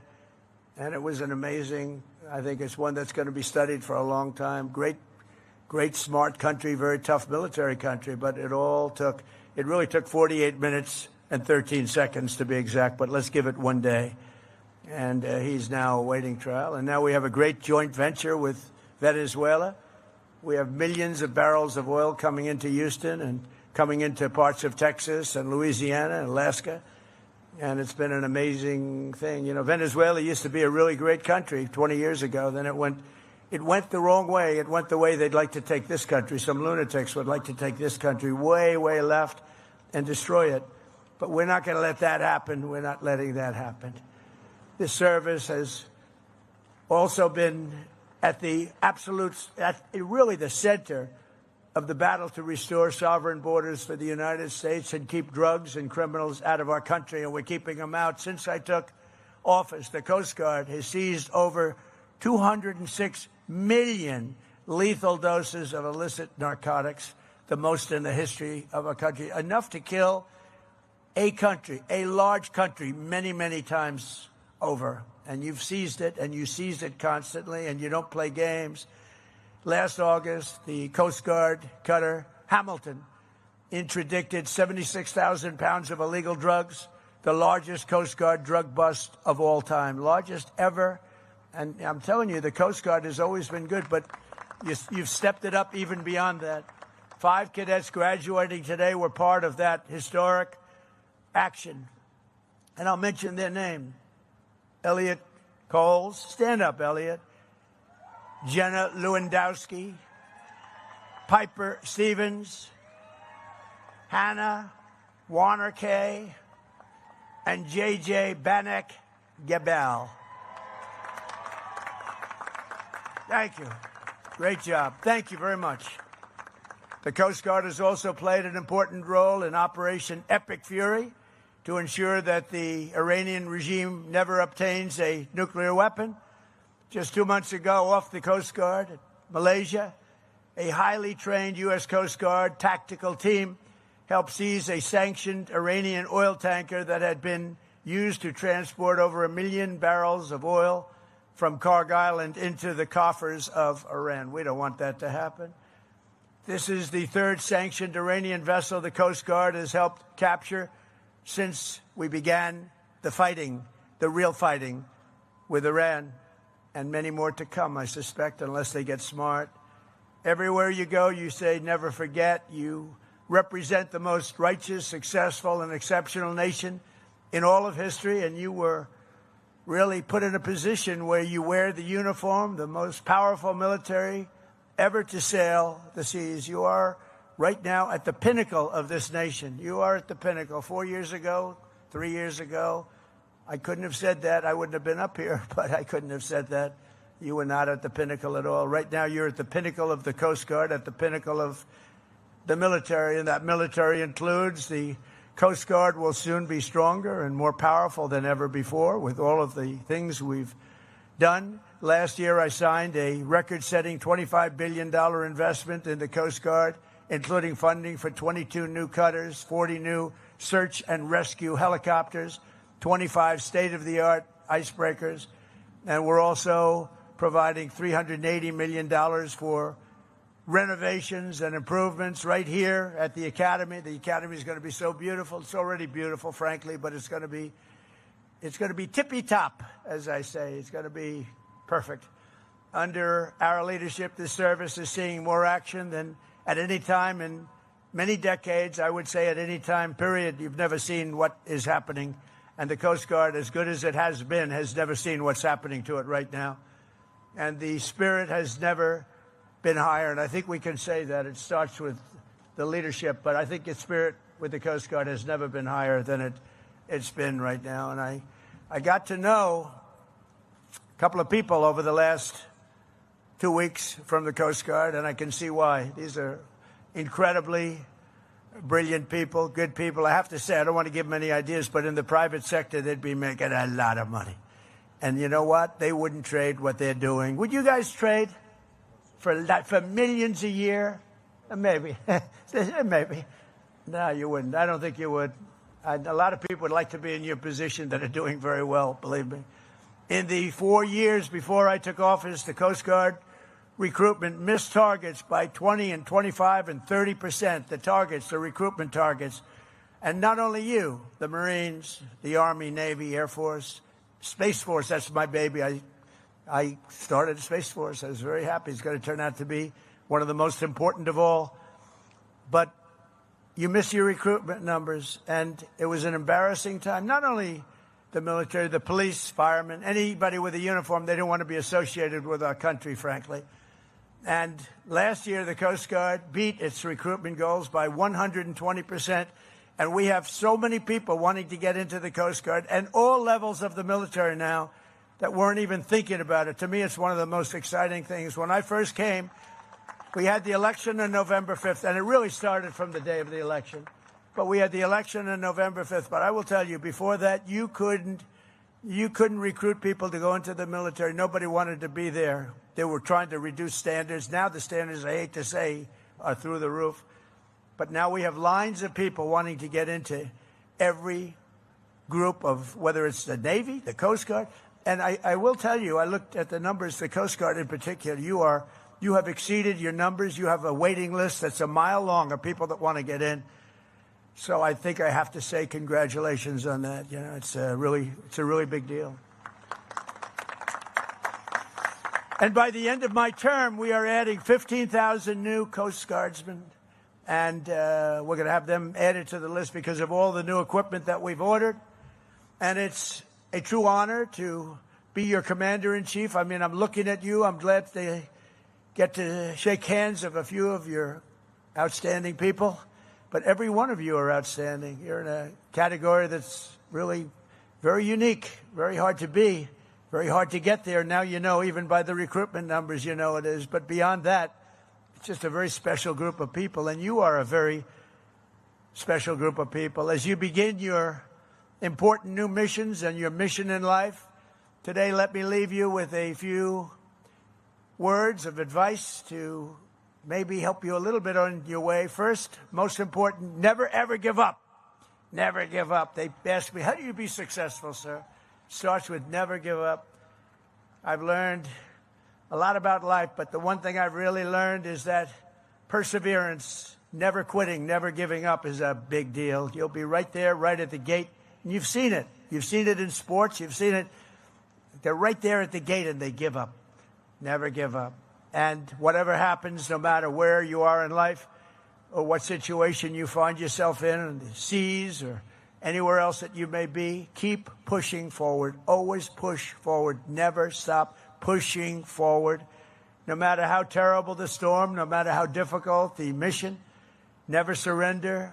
Keep going, keep fighting, and make the adversary quit first. Let them quit. They're going to quit if you keep going. Second, at this pivotal time of transformation for our armed forces, you have to think big. It's much better thinking big. Small solutions yield small results. Only big ideas will yield to tremendous change and greatness. Americans do not want to live in a world ruled by someone else's big ideas. Live in a future and shape your future, and you want to dominate your future, and you want to dominate it for your great military and for your country. Think big. During the course of your Coast Guard careers, it will be time for incredible change, and change is going to happen, change that we can't even think of right now. The things will happen, and I believe for the best, hopefully for the best, but I believe for the best. But things will happen that you can't even imagine, and it's going to be very exciting. But the way that's going to happen is through thinking big. Nothing great was ever built. Think of that. Nothing great was ever built without the word momentum at your side. In times of your life, you'll have momentum. That's the time you go for it. I tell stories about people that lost their momentum and they went and it didn't work out well. You know when you're doing well. You know when you have that positive momentum. So take that momentum and go for it. So many people, they wait the wrong time. You know when it's right. Go with the momentum. The towering men and women of history have always been people of action. You answered the call to serve, and now you need to make sure that most of your time is spent on very important roles in life. You've done a lot, and you've had a lot of relaxation. Frankly, if you enjoy what you're doing, there's no such thing as work. It's not work. What you're doing, I would say with most of you, it's not work. What you've done is a lot of work, but it's not work. It really isn't. It's a great pleasure. I find myself, I work a lot. They say he's a workaholic. I'm not a workaholic. It would be tough if I didn't do things. If I didn't do things, I don't know what I'd be doing. It probably wouldn't be good. But you got to love it. And if you love it, it's never considered work. There will always be time for taking the easy path. And there'll be times when you want to do that or to settle for maybe a short-term fix. But for the best results, it'll always be a product of unbelievably hard work. That's why I always sign something. They say, oh, could you put something on? I say, work hard. To a young person, work hard. Because you have to work hard. It's so competitive. Life is so competitive. You have to work hard. It's never going to come easy. You have to work hard. A lot of great athletes, they say, the harder it work. I remember Gary Player, a great golfer. He was somewhat smaller than other great athletes. And he said, the harder I work, the luckier I get. That was the first time I heard it. I've heard that expression a lot, but the first time was from the great Gary Player, one of the top 3 golfers of all time. And he said, the harder I work, the luckier I get. It's a great expression. Fourth, as you go into life, and right here at the Coast Guard, you want to keep your eyes in the boat. You want to have your eyes in the boat. You know what that expression means better than anybody. Do not be distracted by what's outside. You just want to look back and you want to just see what's happening, but keep your eyes in the boat. A Coast Guard expression. Focus on the task before you and move forward. Always, always move forward. Never move back. Remember what actually matters, and pursuit of success it really has to be relentless. You've got to be relentless. And many of you are relentless. You wouldn't be here if you weren't, because There are 10 people for every seat that I'm looking at, 10 people, and I think even more than that, that wanted that seat, and you made it. So finally, you have to be strong. You have to be really strong, and I don't mean just with muscle strength. I mean with mental strength, and you have to be brave. In your profession, you have a level of bravery that has to supersede a normal person's bravery, but that's why you're here. America was not founded by weak and timid men or women who cowered in the face of evil or sat by as danger loomed. As President Theodore Roosevelt said, freedom is not a gift that lasts long in the hands of cowards and weak people. Today, our country faces the threats that are very strong, but we have a much stronger country today than we had 2 years ago. Today, the threats that look really bad 2 years ago, 3 years ago, we had a country that was rudderless, just like that ship that had its rudder shot off. We have a country now with very strong, powerful rudders. But every one of you has your soul, the strength and courage to face whatever comes before you. You're going to do unbelievably well. I mean, just have no idea. I look at audiences all the time, but I'm looking at this audience. It's just an incredible group of people, a beautiful, beautiful, brilliant group of people. So you're brave and you're bold and you're always ready to go, and you inherit the legacy of some of the most daring and intrepid Americans ever to live. You are inheriting the mantle of some of the bravest people, some of the most incredible warriors ever right here. A tradition of pride and glory and greatness passed down from one generation to the Coast Guard heroes to the next. You had great heroes. In World War II, the Coast Guard was the first branch of the military to seize a Nazi vessel and take enemy prisoners. The first one to do it was the Coast Guard. The first branch to traverse the Northwest Passage, and the first to sail a ship right up the middle of the frigid seas to the North Pole. You were the first. You were the first to do so much. And that's not going to change. And now you have equipment. I think we can say definitely when all that new equipment comes in, Admiral, you have equipment the likes of which the Coast Guard has never had before. So you'll have many ships sailing up instead of one. You're going to be doing things that nobody even thought possible. You have on order. Some of it's already delivered, but you have on order the best equipment anywhere in the world. There's no other Coast Guard. There's no other, frankly, Navy that has anything like what's coming your way. On September 11th, 2001, amid the rubble, dust, and debris, it was the Coast Guard that organized the largest boat lift in all of history, evacuating 500,000 people from lower Manhattan. That was a terrible day. The gleaming white hulls and the blazing red stripes of your cutters have sliced through the horizon of nearly every major waterway on Earth. Every day, Coast Guard members plunge into pitch-black oceans, rush onto roaring surfs, and do battle with Mother Nature at her absolute worst. Mother Nature like few can imagine it even exists. And I've seen it. I've seen things that I said, nobody's going into that storm, and you guys go into it like it's just another day of work. You fly into gale force winds, smash into 50-foot waves, storm into floods of fire and shrapnel, and swarm through water so cold that it will snap a ship in half with just the wrong hit of a wave. But your fellow Americans, and above all, you're from the Coast Guard. There's nothing, absolutely nothing, that a Coast Guardsman cannot do. There really isn't. I've seen so much. I mean, as president, I've just seen so much. I've seen people that were going to be decimated, that were going to be destroyed in sea. I told you about some of the hurricanes. They were out at sea. They were boating, and they got caught. They wanted to go a little closer, a little closer, a little closer, and then they got gobbled up by nature. And the only way they could have survived was what you people were able to do. You went in there, and you got them. It wasn't easy. It was very dangerous. No matter how perilous the task, you're unafraid, and you're just an unstoppable force, and you want to stay that way. The U.S. Coast Guard has never, ever let us down.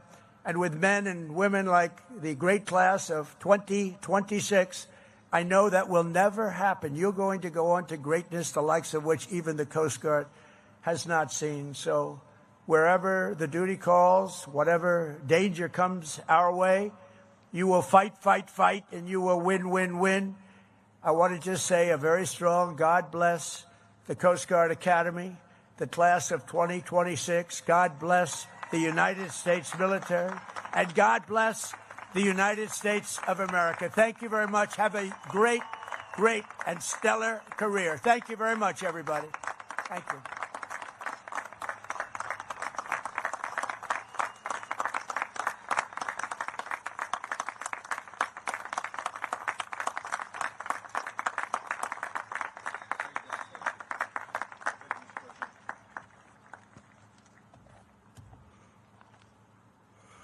At this time, I invite the class president, Cadet Savannah Rier, to come to the stage to present the class gift.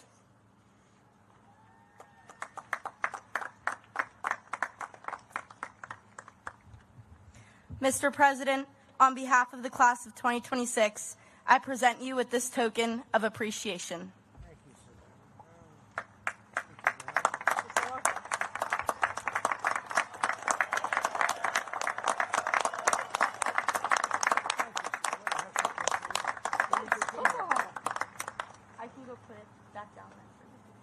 I don't know if this is a good trade. This is for Savannah.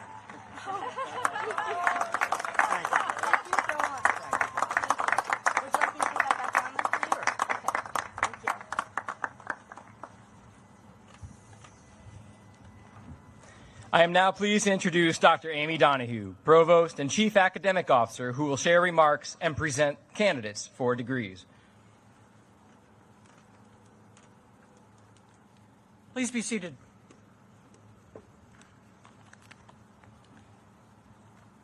Mr. President, Mr. Secretary, Commandant, Admiral Rothrock, distinguished guests, good afternoon. And good afternoon to the great class of 2026.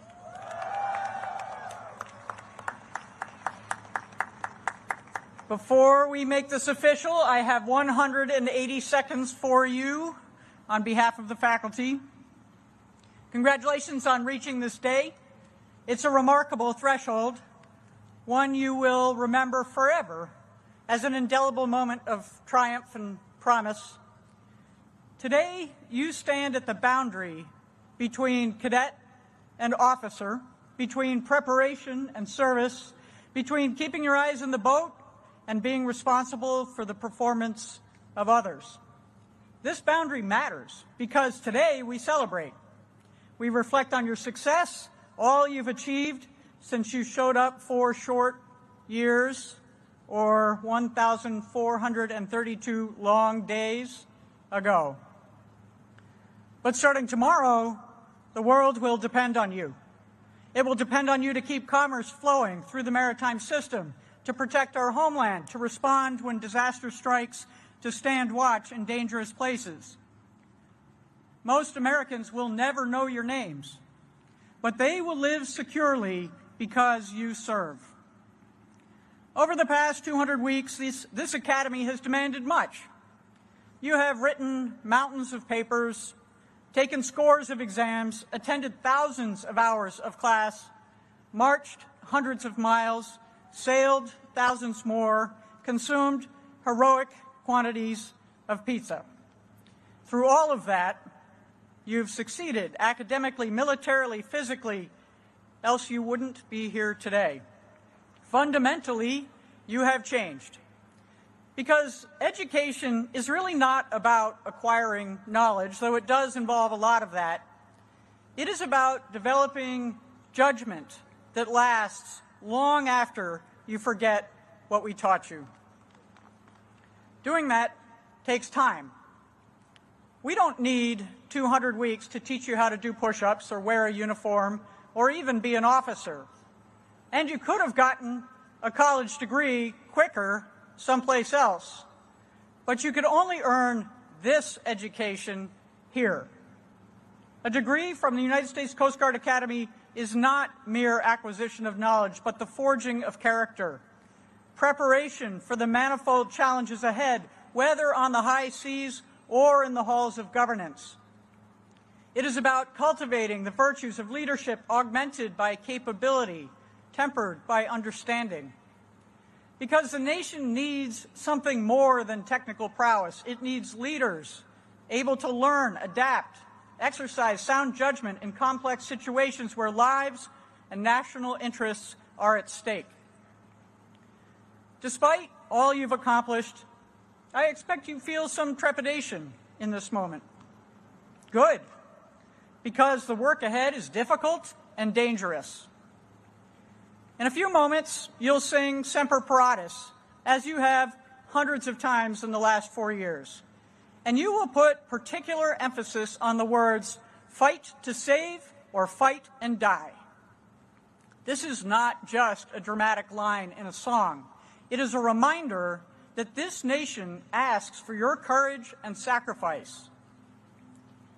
It is said you should be ashamed to die until you have won some victory for humanity. This is a fitting charge because this service delivers victories for humanity every single day. We fight to save, and we must not die until we have won. Class of 2026, today you receive the diploma you earned. Tomorrow, you inherit the responsibility that comes with it.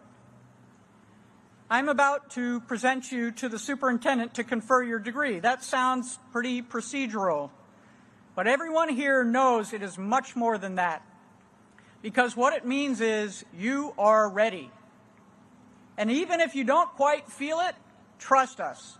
After watching what you've endured, achieved, and become in 4 years, we are certain the world can depend on you. Thank you for what you and your families have done to earn our trust.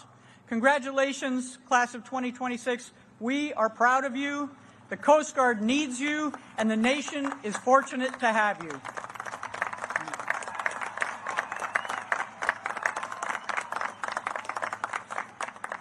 And now it's time to make this official. Will the candidates for the degree of Bachelor of Science please rise?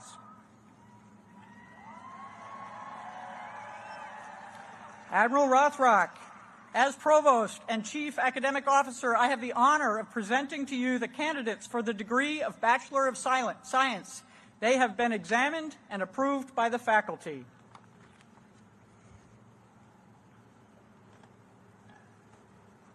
By virtue of the authority vested in me, I now confer upon each of you the degree of Bachelor of Science and admit you to all its rights and privileges. Congratulations, 2026.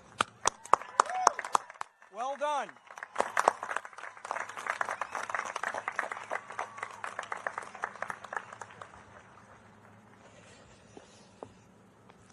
Well done. I am now pleased to introduce Captain Aaron Cassafant, the United States Coast Guard Academy's 39th Commandant of Cadets, who will present the candidates for commissioning as ensigns in the United States Coast Guard. Mr. President, Mr. Secretary, Admiral Lundy, Admiral Rothrock, ladies and gentlemen, members of the class of 2026, good afternoon. Admiral Lundy, as the Commandant of Cadets, I have the honor of presenting to you the candidates for the commission of ensign in the United States Coast Guard.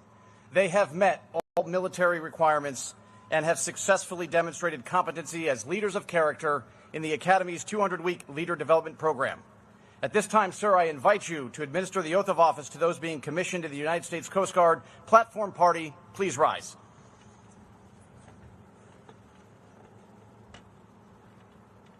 Raise your right hand and repeat after me.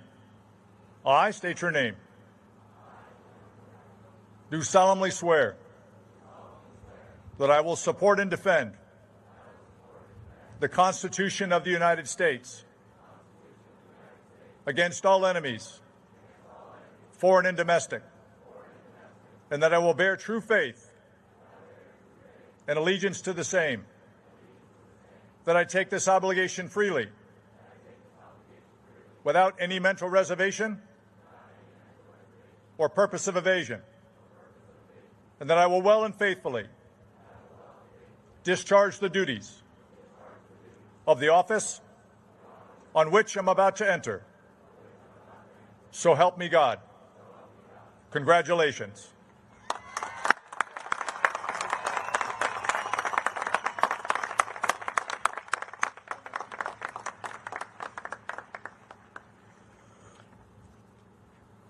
Thank you, Admiral Lundy.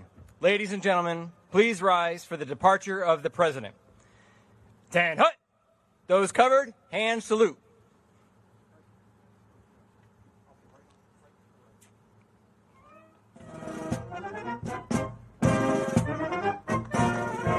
Now, President of the United States of America, departing.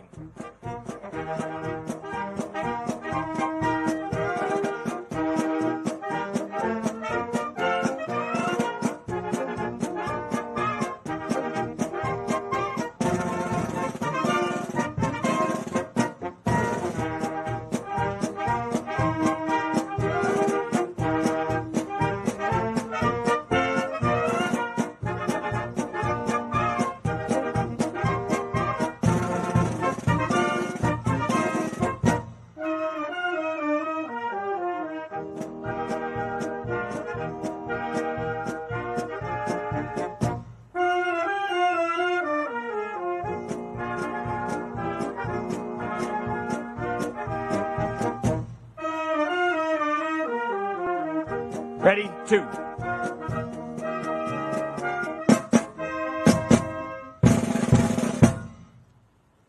Please be seated.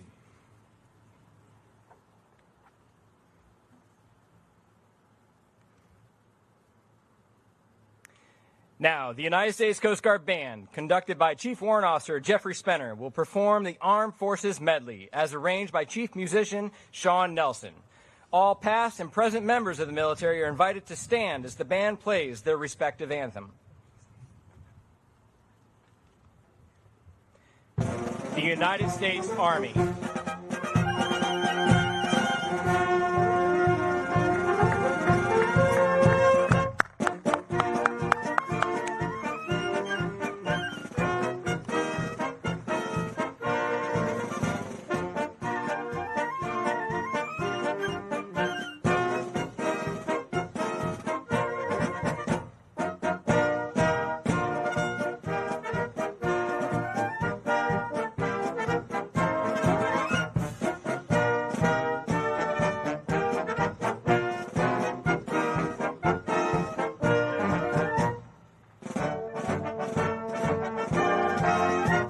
United States Marine Corps.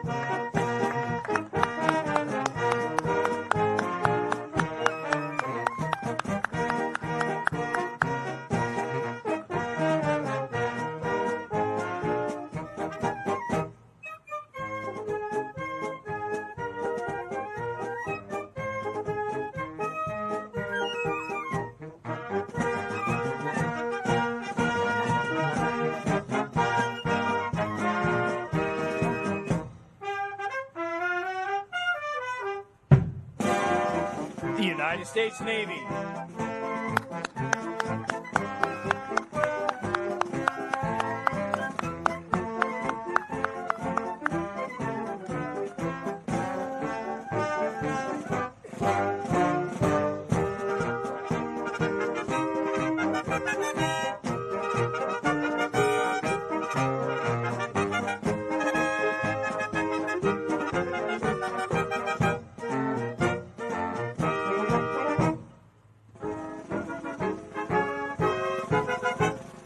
United States Air Force.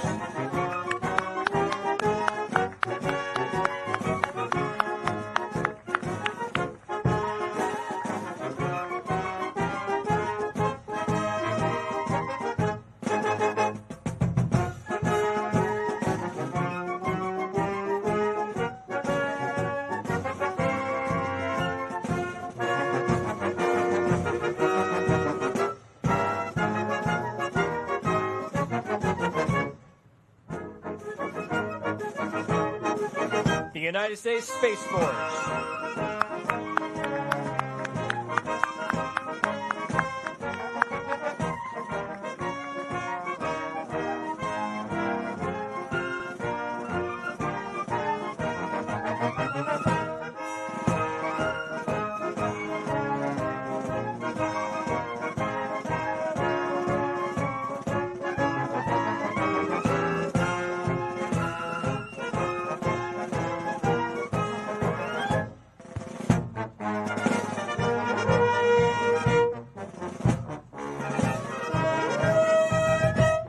United States Coast Guard.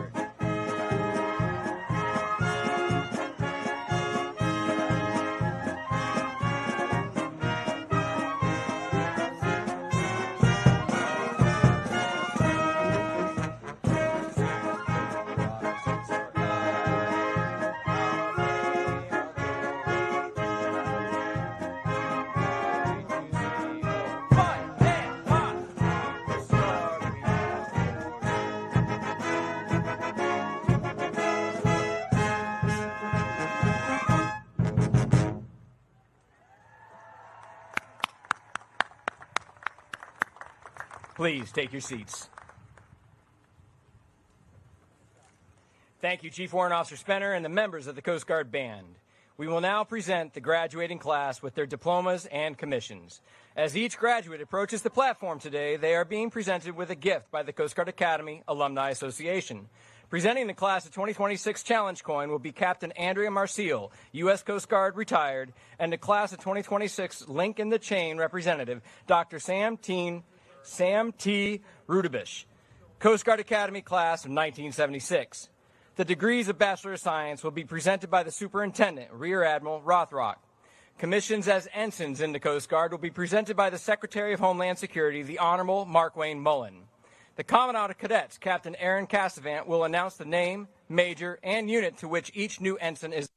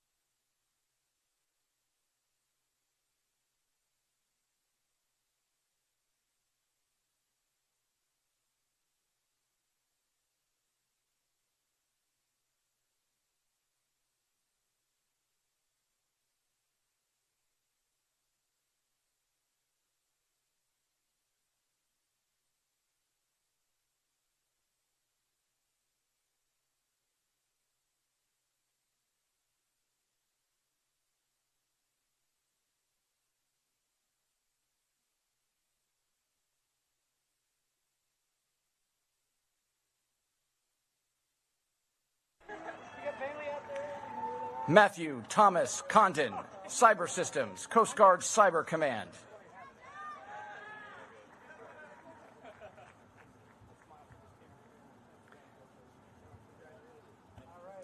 Julia Catherine Keneally, Marine and Environmental Sciences, Coast Guard Cutter Alex Haley.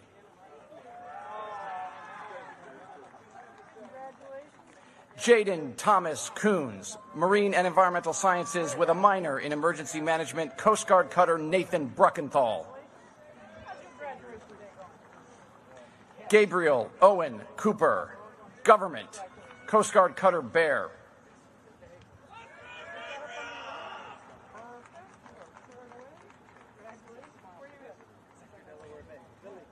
Alianne Matthew De La Vega, Cyber Systems, Philippines.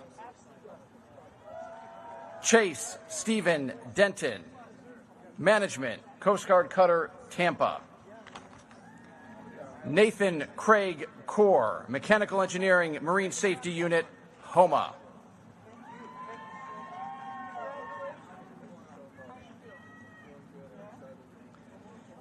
Miguel Scott Cotto, Government, Sector Delaware Bay.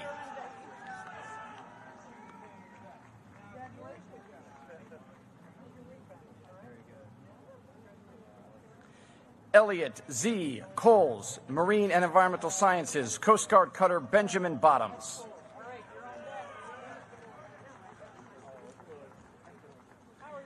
Morgan Joseph Coyle, Mechanical Engineering, Coast Guard Cutter Hamilton. Alianne Matthew De La Vega, Cyber Systems, Philippines.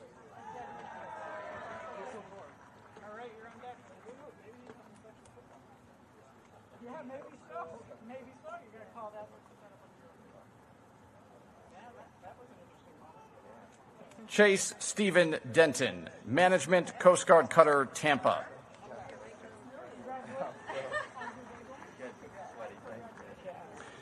Brooke Kasahan Desta, Cyber Systems, Base Miami Beach.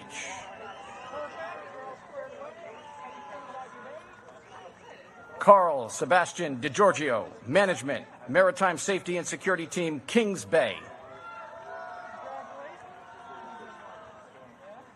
Leonara Eleni Shoned Ducat, Electrical Engineering, Coast Guard Cutter Polar Star.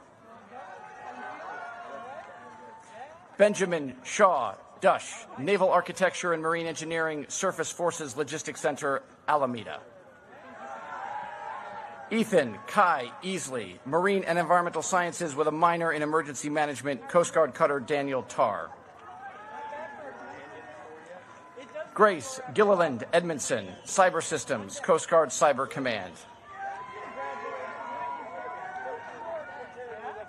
Michael Lee Edwards, Operations Research and Data Analytics, Coast Guard Cutter Hamilton. Helena Moani Kea'a Okaha Vapuhi Farias, Management, Coast Guard Cutter Stratton. Luke Michael Farrell, Civil and Environmental Engineering Training Center, Cape May. Nathan Ryan Fitt, Management, Coast Guard Cutter James.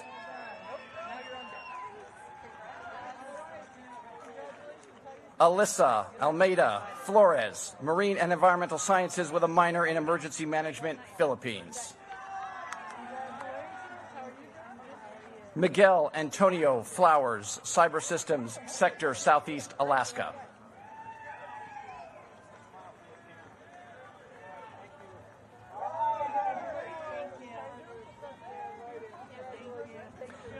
Madeline Rose Fontana, Electrical Engineering, Coast Guard Cutter Calhoun.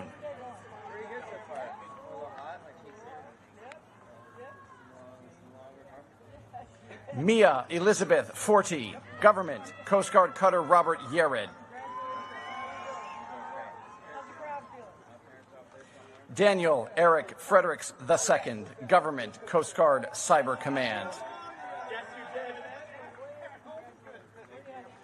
Grant Aki Freeman, Naval Architecture and Marine Engineering, Surface Forces Logistics Center, Alameda.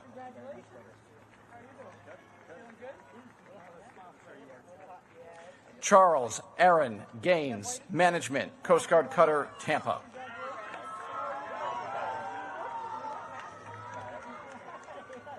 Zachary Cole Gamble, Naval Architecture and Marine Engineering, Basic Flight.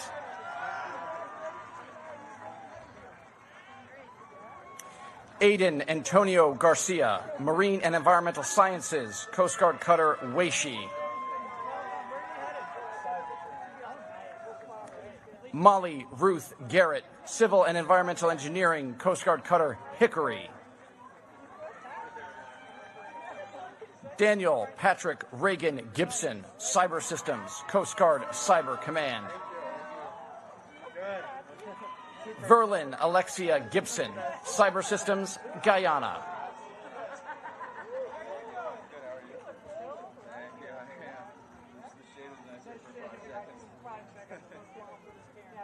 Bowen Mitchell Giesbrecht, Management, Coast Guard Cutter, Kimball.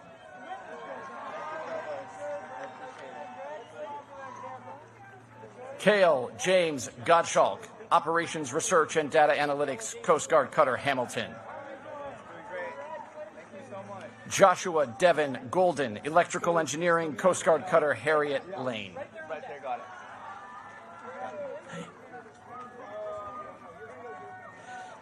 Seiji Magalahi Suzuki Gonzalez, Management, Coast Guard Cutter, Kimball.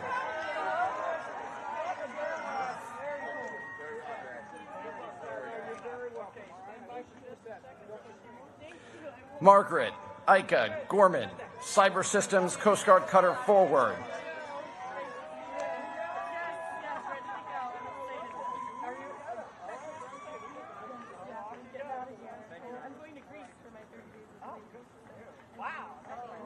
Evan Patrick Granahan, Management, Coast Guard Cutter, Forward.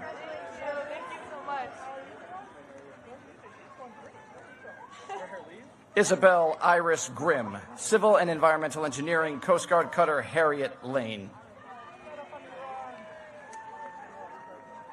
Jason Matthew Guglietta, Electrical Engineering, Coast Guard Cutter, Joseph Gerzak.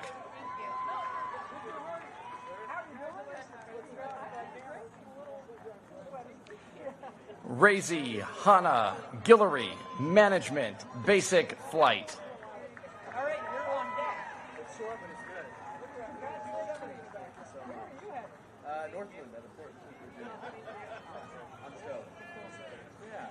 Amalia Danielle Haggerty, Naval Architecture and Marine Engineering, Coast Guard Cutter, Maple. Jacob Wayne Hardy, Operations Research and Data Analytics, Coast Guard Cutter, Northland. Leah Claire Harris, Operations Research and Data Analytics, Coast Guard Cutter, Myrtle Hazard. Nathan Patrick Harris, Electrical Engineering, Coast Guard Cutter, William Chadwick. Pauline Rose Hartman, Government, Coast Guard Cutter, Earl Cunningham. Catherine Jane Hegner, Operations Research and Data Analytics, Coast Guard Cutter, Mackinac.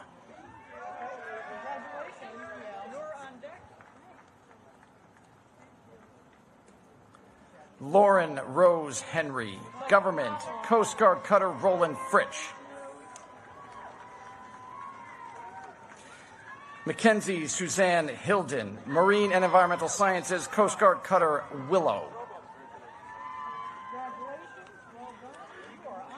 Paul Thomas Hobbs, Government, Sector Columbia River.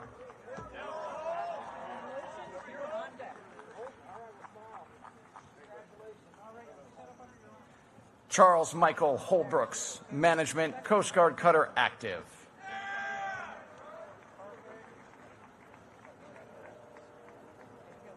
Hudson Dana Holden, Electrical Engineering, Coast Guard Cutter, Weishi.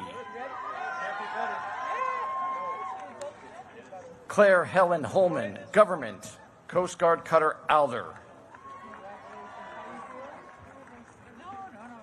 Maddox Hudson Holmes Selby, Marine and Environmental Sciences, Coast Guard Cutter, Storis.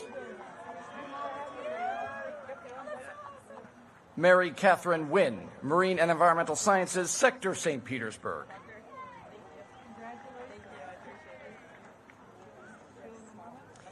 Adrian Justin Ilalau, Marine and Environmental Sciences, Palau.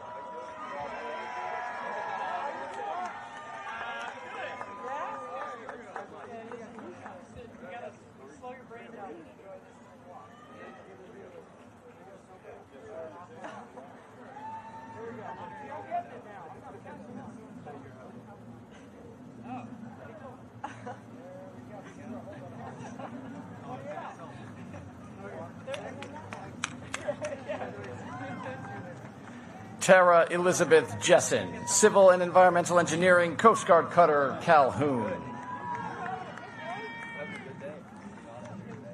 Giselle Melinda Johnson, Cyber Systems, Basic Flight.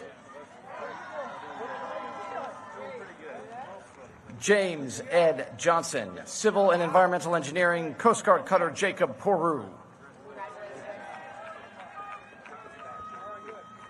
Nathaniel Owen Johnson, Operations Research and Data Analytics, Coast Guard Cutter Monroe. Philip Joseph Jones, Government, Coast Guard Cutter Stone. Isabella Marie Judge, Civil and Environmental Engineering, Coast Guard Cutter Thetis.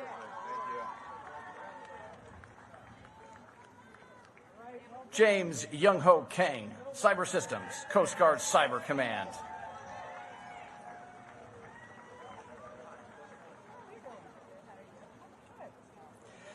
Andrew James Cahias, Mechanical Engineering, Coast Guard Cutter Storis.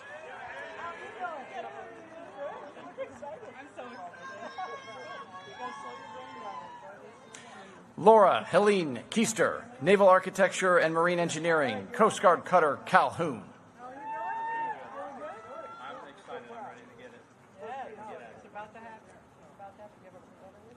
Ashlyn Olivia Kelleher, Government, Coast Guard Cutter Robert Yared.